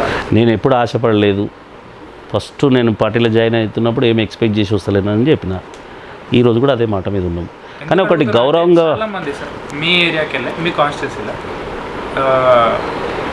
ఆబ్వియస్లీ ఒకళ్ళు అయితే ఆల్రెడీ ఎమ్మెల్యే ఉన్నారు 2 terms వెళ్ళి ఆయనకు టికెట్ కూడా ఇచ్చారు ఆయన సెకండ్ టైం ప్రూవ్ కూడా చేసిండు వేరే వాళ్ళు కూడా ఉన్నారు కొంతన్నా కూడా ఎక్స్పెక్ట్ చేసిండు వేరే వాళ్ళు కూడా చాలామంది తెలియని వాళ్ళు కూడా నాకు ఎమ్మెల్యే టికెట్ ఇస్తారు అని చెప్పేసి చెప్పిన వాళ్ళు ఉన్నారు సో మళ్ళీ మీరెందుకు ఎక్స్పెక్ట్ చేస్తలేరు అనేసి ఎక్స్పెక్ట్ చేయడానికి ఎట్లుండాలంటే పరిస్థితులు మనకు అనుకూలంగా ఉన్నాయా లేదా లేకపోతే ఫస్ట్ హైకమాండ్ దృష్టిలో ఎట్లుంది అనేది ఆలోచిస్తాం మేము ఇప్పుడు ఈడ లాస్ట్ టైం సుభాష్ అన్న రామ్మోహన్ అన్న ఇద్దరు నేను తెచ్చుకుంటా అనే లెవెల్ ఈయననేమో ఓపెన్గా లాస్ట్ టైము క్యాండిడేట్ కాబట్టి నెక్స్ట్ టైం ఆయనకు లైన్లో ఉంటాడు ఎక్స్పెక్టేషన్లు అనేది తెలుసు ఈయన ఆల్రెడీ మేయర్గా ఉన్నాడు ఇక్కడ కార్పొరేటర్గా రిప్రజెంట్ చేస్తూ ఇయర్ నుంచే మేయర్గా ఉన్నాడు కాబట్టి 2-3 years ఇది టర్మ్ అయిపోక ముందుకే ఒకవేళ ఎమ్మెల్యే ఇస్తే కనీసం క్యాబినెట్లోకి వెళ్దామనే ఏదో ఒక ఆలోచన ఆయనకు ఉంటుంది కదా ఎవరికైనా ఆయన ఆ ఆలోచనలు ఉండు కానీ ఫైనల్గా హైకమాండ్ ఏం డిసిషన్ తీసుకుంది నీకు ఇంకా 2 years టర్మ్ ఉంది ఇప్పుడు మళ్ళీ కొత్తని తీసుకొచ్చి మేయర్ని చేయలేం నువ్వు ఇట్నే కంటిన్యూ అయిపో తర్వాత చూసుకుందాం ప్లస్ లాస్ట్ టైము మనోడు డిస్టర్బ్ అయ్యింది కదా ఓడిపోయింది కాబట్టి ఈసారి మనోడిని బయటకు లాక్క రావాల్సిందే గెలిపించుకురావాల్సిందే అని అందరికీ ఆయన చెప్పిండు అందరూ పనిచేసారు ప్లస్ అప్పటి సిచ్యువేషన్ కొంత మోల్డ్ అయింది కాబట్టి ఆటోమేటిక్గా ఈజీగా గెలిచిపోయాడు ఆయనకి ఎలక్షన్ అప్పుడు కూడా చాలామంది ఆయనను చాలా హెడేక్ చేసిన వాళ్ళు ఉన్నారు గెలవక ముందుకు కాంటాక్ట్ చేస్తున్నాను అన్నప్పుడు ఆయనను కూడా చాలామంది ఇబ్బంది పెట్టారు అది కరెక్ట్ కాదు ఎవడి కాడు కొంతమంది స్లిప్ అయి మాట్లాడే నాయకులు రీడ వేరే పార్టీలో కాంగ్రెస్లో ఉంటుండే కానీ ఈ ప్రాంతీయ పార్టీలలో ఇంత తొందరపడి మాట్లాడేటోళ్ళని నేను ఇక్కడే చూస్తున్నాను ఇప్పుడు టీడీపీ ఉండే టీడీపీలో ఒకరికి టికెట్ ఇచ్చిండ్రు బాబో ఇంకెవరో అంటే అది డిసైడ్ అయ్యి సైలెంట్ ఉంటారు ఏదైనా ఉంటే పోయి ఆడ కంప్లైంట్ చేస్తారు ఈయన కాదు ఈయన కానీ ఈడ ఓపెన్గా పిచ్చి పిచ్చిగా మాట్లాడేస్తే ఎట్లా తప్పు కదా సపోర్ట్గా థ్రెట్లు పొలిటికల్ థ్రెట్లు ఐసా కైసా కడితే దేఖలేదు ఇదేం లాంగ్వేజ్ అది సుభాష్ రెడ్డి గారి క్యాంపెయిన్ అప్పుడే చూసినాను చాలా మంది డ్రాప్ అయిపోయిన లీడర్స్ చూసినాను క్యాంపెయిన్లో సపోర్ట్ చేయలే లీడర్స్ని చూసినాను అంటే అప్పటి వరకు ఎవరైతే నేను కేసీఆర్ గారితో ఇంత ఫ్రెండ్షిప్ నాకు ఇస్తారు అది ఇది అన్న నేను అదే చెప్తున్నా. ఇంతకుముందు ఎట్లుంటుండే అంటే మనం ఇంట్లో ఒక ఫంక్షన్ అయితే ఇంట్లోనే అందరూ కష్టపడి వండి పెడితే అందరూ ఫంక్షన్ కావడానికి అవర్స్ పట్టేది. ఇప్పుడు అంతా ఫాస్ట్ ఫుడ్ కల్చర్ వచ్చేసింది, లేకపోతే క్యాటరింగ్ సిస్టమ్ వచ్చేసింది. ఇదంతా క్యాటరింగ్ సిస్టమ్ లాగా అయిపోయింది అంతా. లీడర్షిప్ కూడా నువ్వు పెళ్లి కొడుకు ఎట్లయినా అట్లా నేను అవ్వాల్సిందే అని చెప్పి అన్నీ ఇప్పుడు హోటల్స్లలో ఫిక్స్ చేస్తుంటారు. ఇప్పుడు ఫంక్షన్స్ డైరెక్ట్ వచ్చి ఆడ గార్లాండ్స్ కూడా వాళ్ళే అరేంజ్ చేస్తారు. ఇట్లా దండలు మార్చుకొని వెళ్ళిపోతారు అన్నట్టు ఫంక్షన్. ఇప్పుడు ఆ టైప్ పాలిటిక్స్లో కూడా వచ్చింది. అంతా నేను లేకపోతే ఇంకోటి లేదంటే కరెక్ట్ కాదు. ఏ పార్టీలో అయినా కూడా సిస్టమ్ ఉండాలి, పెద్ద చిన్న గౌరవం ఉండాలి. బాగా పనిచేసిన వాళ్ళకి ఛాన్స్ రాకపోవచ్చు ఒక్కోసారి. అస్సలు పనిచేయనోడు కూడా అందులో మెక్కి కూర్చుంటారు. అది వానికి వచ్చిన అదృష్టం అది. ఇప్పుడు అట్లా అంటే టీఆర్ఎస్లో చాలామంది నాకంటే పొలిటికల్ ఎక్స్పీరియన్స్ తక్కువ వాళ్ళు ఉన్నారు. బట్ వాళ్ళు వచ్చిన 4 సంవత్సరాలు 5 సంవత్సరాలలో కూడా వాళ్ళు చాలా ఎఫర్ట్స్ పెట్టుంటారు ఉద్యమం కోసం. వాళ్ళకి ఒక ఛాన్స్ వచ్చేసి మినిస్టర్లు అయిన వాళ్ళు కూడా ఉన్నారు. ఒక్కోరైతే నేను సిటీలో ఇండిపెండెంట్ కార్పొరేటర్ గెలిచినామంటే మామూలు కాదన్నా అన్నోళ్ళు ఉన్నారు. ఎమ్మెల్యేస్ అయిన వాళ్ళు ఇప్పుడు ఈవెన్ కేటీఆర్ గారు కూడా ఉన్నారు. సిటీలో అప్పుడు ఎన్ని ఓట్లు అన్నా అడిగిండు. 47,000 ఓట్లు ఉన్నాయంటే 47,000 ఓట్లలో మీరు ఇండిపెండెంట్ గెలిచిరంటే అదొక ఎమ్మెల్యేకు తక్కువేం కాదన్నా అని అన్నాడు. హనుమంత్ అని అన్నాడు, మైనంపల్లి కూడా అన్నాడు ఆ మాట. ఈసారి ఒక ఛాన్స్ దొరికితే ఎమ్మెల్యేకి నిలబడతారా సార్? కార్పొరేటర్ ఏది పార్టీ నుంచి నేను ఇంకా కార్పొరేటర్గా చేయను. ఎమ్మెల్యే కోసం అయితే వేరే ఏదన్నా చేయడానికి స్కోప్ వస్తే చూస్తాను. కానీ నేను మళ్ళీ ఇంకా కార్పొరేటర్గా 50+ వచ్చినాం. యంగ్స్టర్స్ ఎక్స్పెక్టేషన్లు ఉంటారు. వాటికి పోటీ పోయేది లేదు, అడిగేది లేదు. మొన్నటిసారి కూడా ఒకవేళ జనరల్ అయితే కూడా నేను నిలబడడానికి అంత ఇంట్రెస్ట్ లేదురా అని కూడా చెప్పిన మా పిల్లలకు. ఒకవేళ వాళ్ళు నిలబడడం అంటే చూస్తాను చెప్పిన. ఈవెన్ మెయిన్ రీజన్ అది కూడా చెప్పొచ్చు సార్, మీరు 2 times నుంచి కార్పొరేటర్కి నిలబడకపోవడం అనేది. అసలు రిజర్వేషన్ రాకపోతే నేను 14లో కూడా కంటిన్యూ అయ్యేట్టున్నాము. అట్లా ఛాన్స్ అట్లా మూమెంట్ అట్లా ఫ్లోటింగ్ కంటిన్యూ అవుతుందంటే పోతుంటుంది. ఇప్పుడు ఈ ప్రాక్టీస్ అంతా పోయినాక 50 ఏళ్ళు దాటిన తర్వాత మళ్ళీ కార్పొరేటర్ కోసం ట్రై చేసుకోరా అంటే ఎట్లుంటుంది? అంతే అంతే అంతే అంతే అంతే అంతే అంతే నా ఆలోచన అది. అట్లేం లేదు. ఎప్పుడు కూడా రాజకీయాల్లో ప్లాన్ చేసి సక్సెస్ అయిన వాళ్ళు నాకు తెలిసి ఎవరు ఉండరు. కావాలి అంటే డైలీ వెళ్తూ ఉండాలి, కలుస్తూ ఉండాలి, చూపెడతా ఉండాలి, అప్పుడే గుర్తుపడతారు అంటే నేను ఇంతకు ముందు కంటే కొంచెం తక్కువ తిరుగుతుంది ఈ మధ్య. కొంచెం బిజినెస్లు అనుకోండి, కుటుంబ వ్యవహారాల మీద కొంచెం కాన్సన్ట్రేషన్ పెట్టి. అంటే ఇప్పుడు ప్రతి ఏరియాకు కూడా ఎలక్టెడ్ రిప్రజెంటేటివ్స్ ఉన్న తర్వాత దట్టు నేను రూలింగ్ పార్టీలోనే ఉన్నా. రూలింగ్ పార్టీలు ఉన్నాను. ఇప్పుడు నేను ఆచారంలో ఫ్రెండ్స్ ఉంటారు, ఏదో ప్రాబ్లం ఉందని ఫోన్ చేస్తారు. నేను అక్కడికి పోయి అక్కడున్న కన్సర్న్ కార్పొరేటర్కు నువ్వు కూడా రాయ్యా అని పిలవాలంటే కొంత ఇబ్బందికరంగా ఉంటుంది. అదే నేను అపోజిషన్లో ఉన్నాను అనుకోండి, ఏ కార్నర్కైనా తిరిగే స్వేచ్ఛ నాకు ఉంటుండే. రూలింగ్ పార్టీలు ఉన్నప్పుడు ఏమవుతుందంటే కొన్ని సిస్టమ్స్ ఉంటాయి. మనం వాళ్ళని కాదని పోయి తిరిగి ఇంకో వాళ్ళని ఇప్పుడు సెకండ్ లీడర్షిప్ చేస్తున్నట్టు ఉంటుంది. అది చేయడం నాకు ఇష్టం ఉండదు. అందుకోసమే నేను ఎక్కడ పోను. సార్ ఈ 10 డివిజన్స్లో మీ ఏదైతే కాన్స్టిట్యూన్సీ ఉంది, 10 డివిజన్స్లో ఫేవరెట్ కార్పొరేటర్? నాకు కార్పొరేటర్లలో ఫేవరెట్ అని ఏం లేదు, కానీ మీరు అన్నట్టు హ్యూమానిటీ లెవెల్లో అదే ఇప్పుడు ఉన్న వాళ్ళల్లో అంతో ఎంతో నేను లాస్ట్ టైం నుంచి గమనిస్తున్న స్వర్ణరాజే వేరే వేరే డిపార్ట్మెంట్స్ వాళ్ళ దృష్టిలో కూడా అంటే నాతో అప్పుడప్పుడు కలిసి మాట్లాడుతుంటారు. కాబట్టి ఆయన కొంచెం ఎవరిని ఇబ్బంది పెట్టకుండా జెన్యూన్గా పోతున్నాడు. ఎటువంటి సిస్టమేటిక్గా ఉన్నాడు. ఇప్పుడు ఇక్కడ ఈ మేడం కొత్త, అక్కడ కూడా కాంగ్రెస్ అయినా వాళ్ళు కొత్త. అక్కడ శ్రీనివాస్ ఏది పాపం ఏం పేరు హౌసింగ్ బోర్డులో పిల్లోడు ప్రభుదాస్ కొత్త, దేవేంద్ర రెడ్డి ఒకటి పాతోడు. ఆయన పర్వాలేదు అన్నట్టుగానే ఉన్నాడు. సాయి జైన్ గురించి నాకంటే మీకే ఎక్కువ తెలుసు, మీరు అదే డివిజన్ కాబట్టి.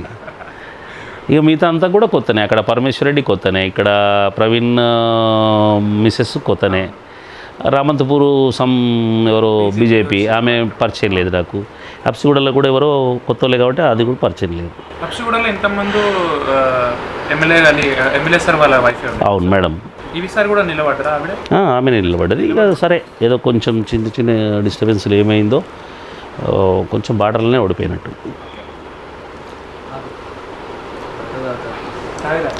సార్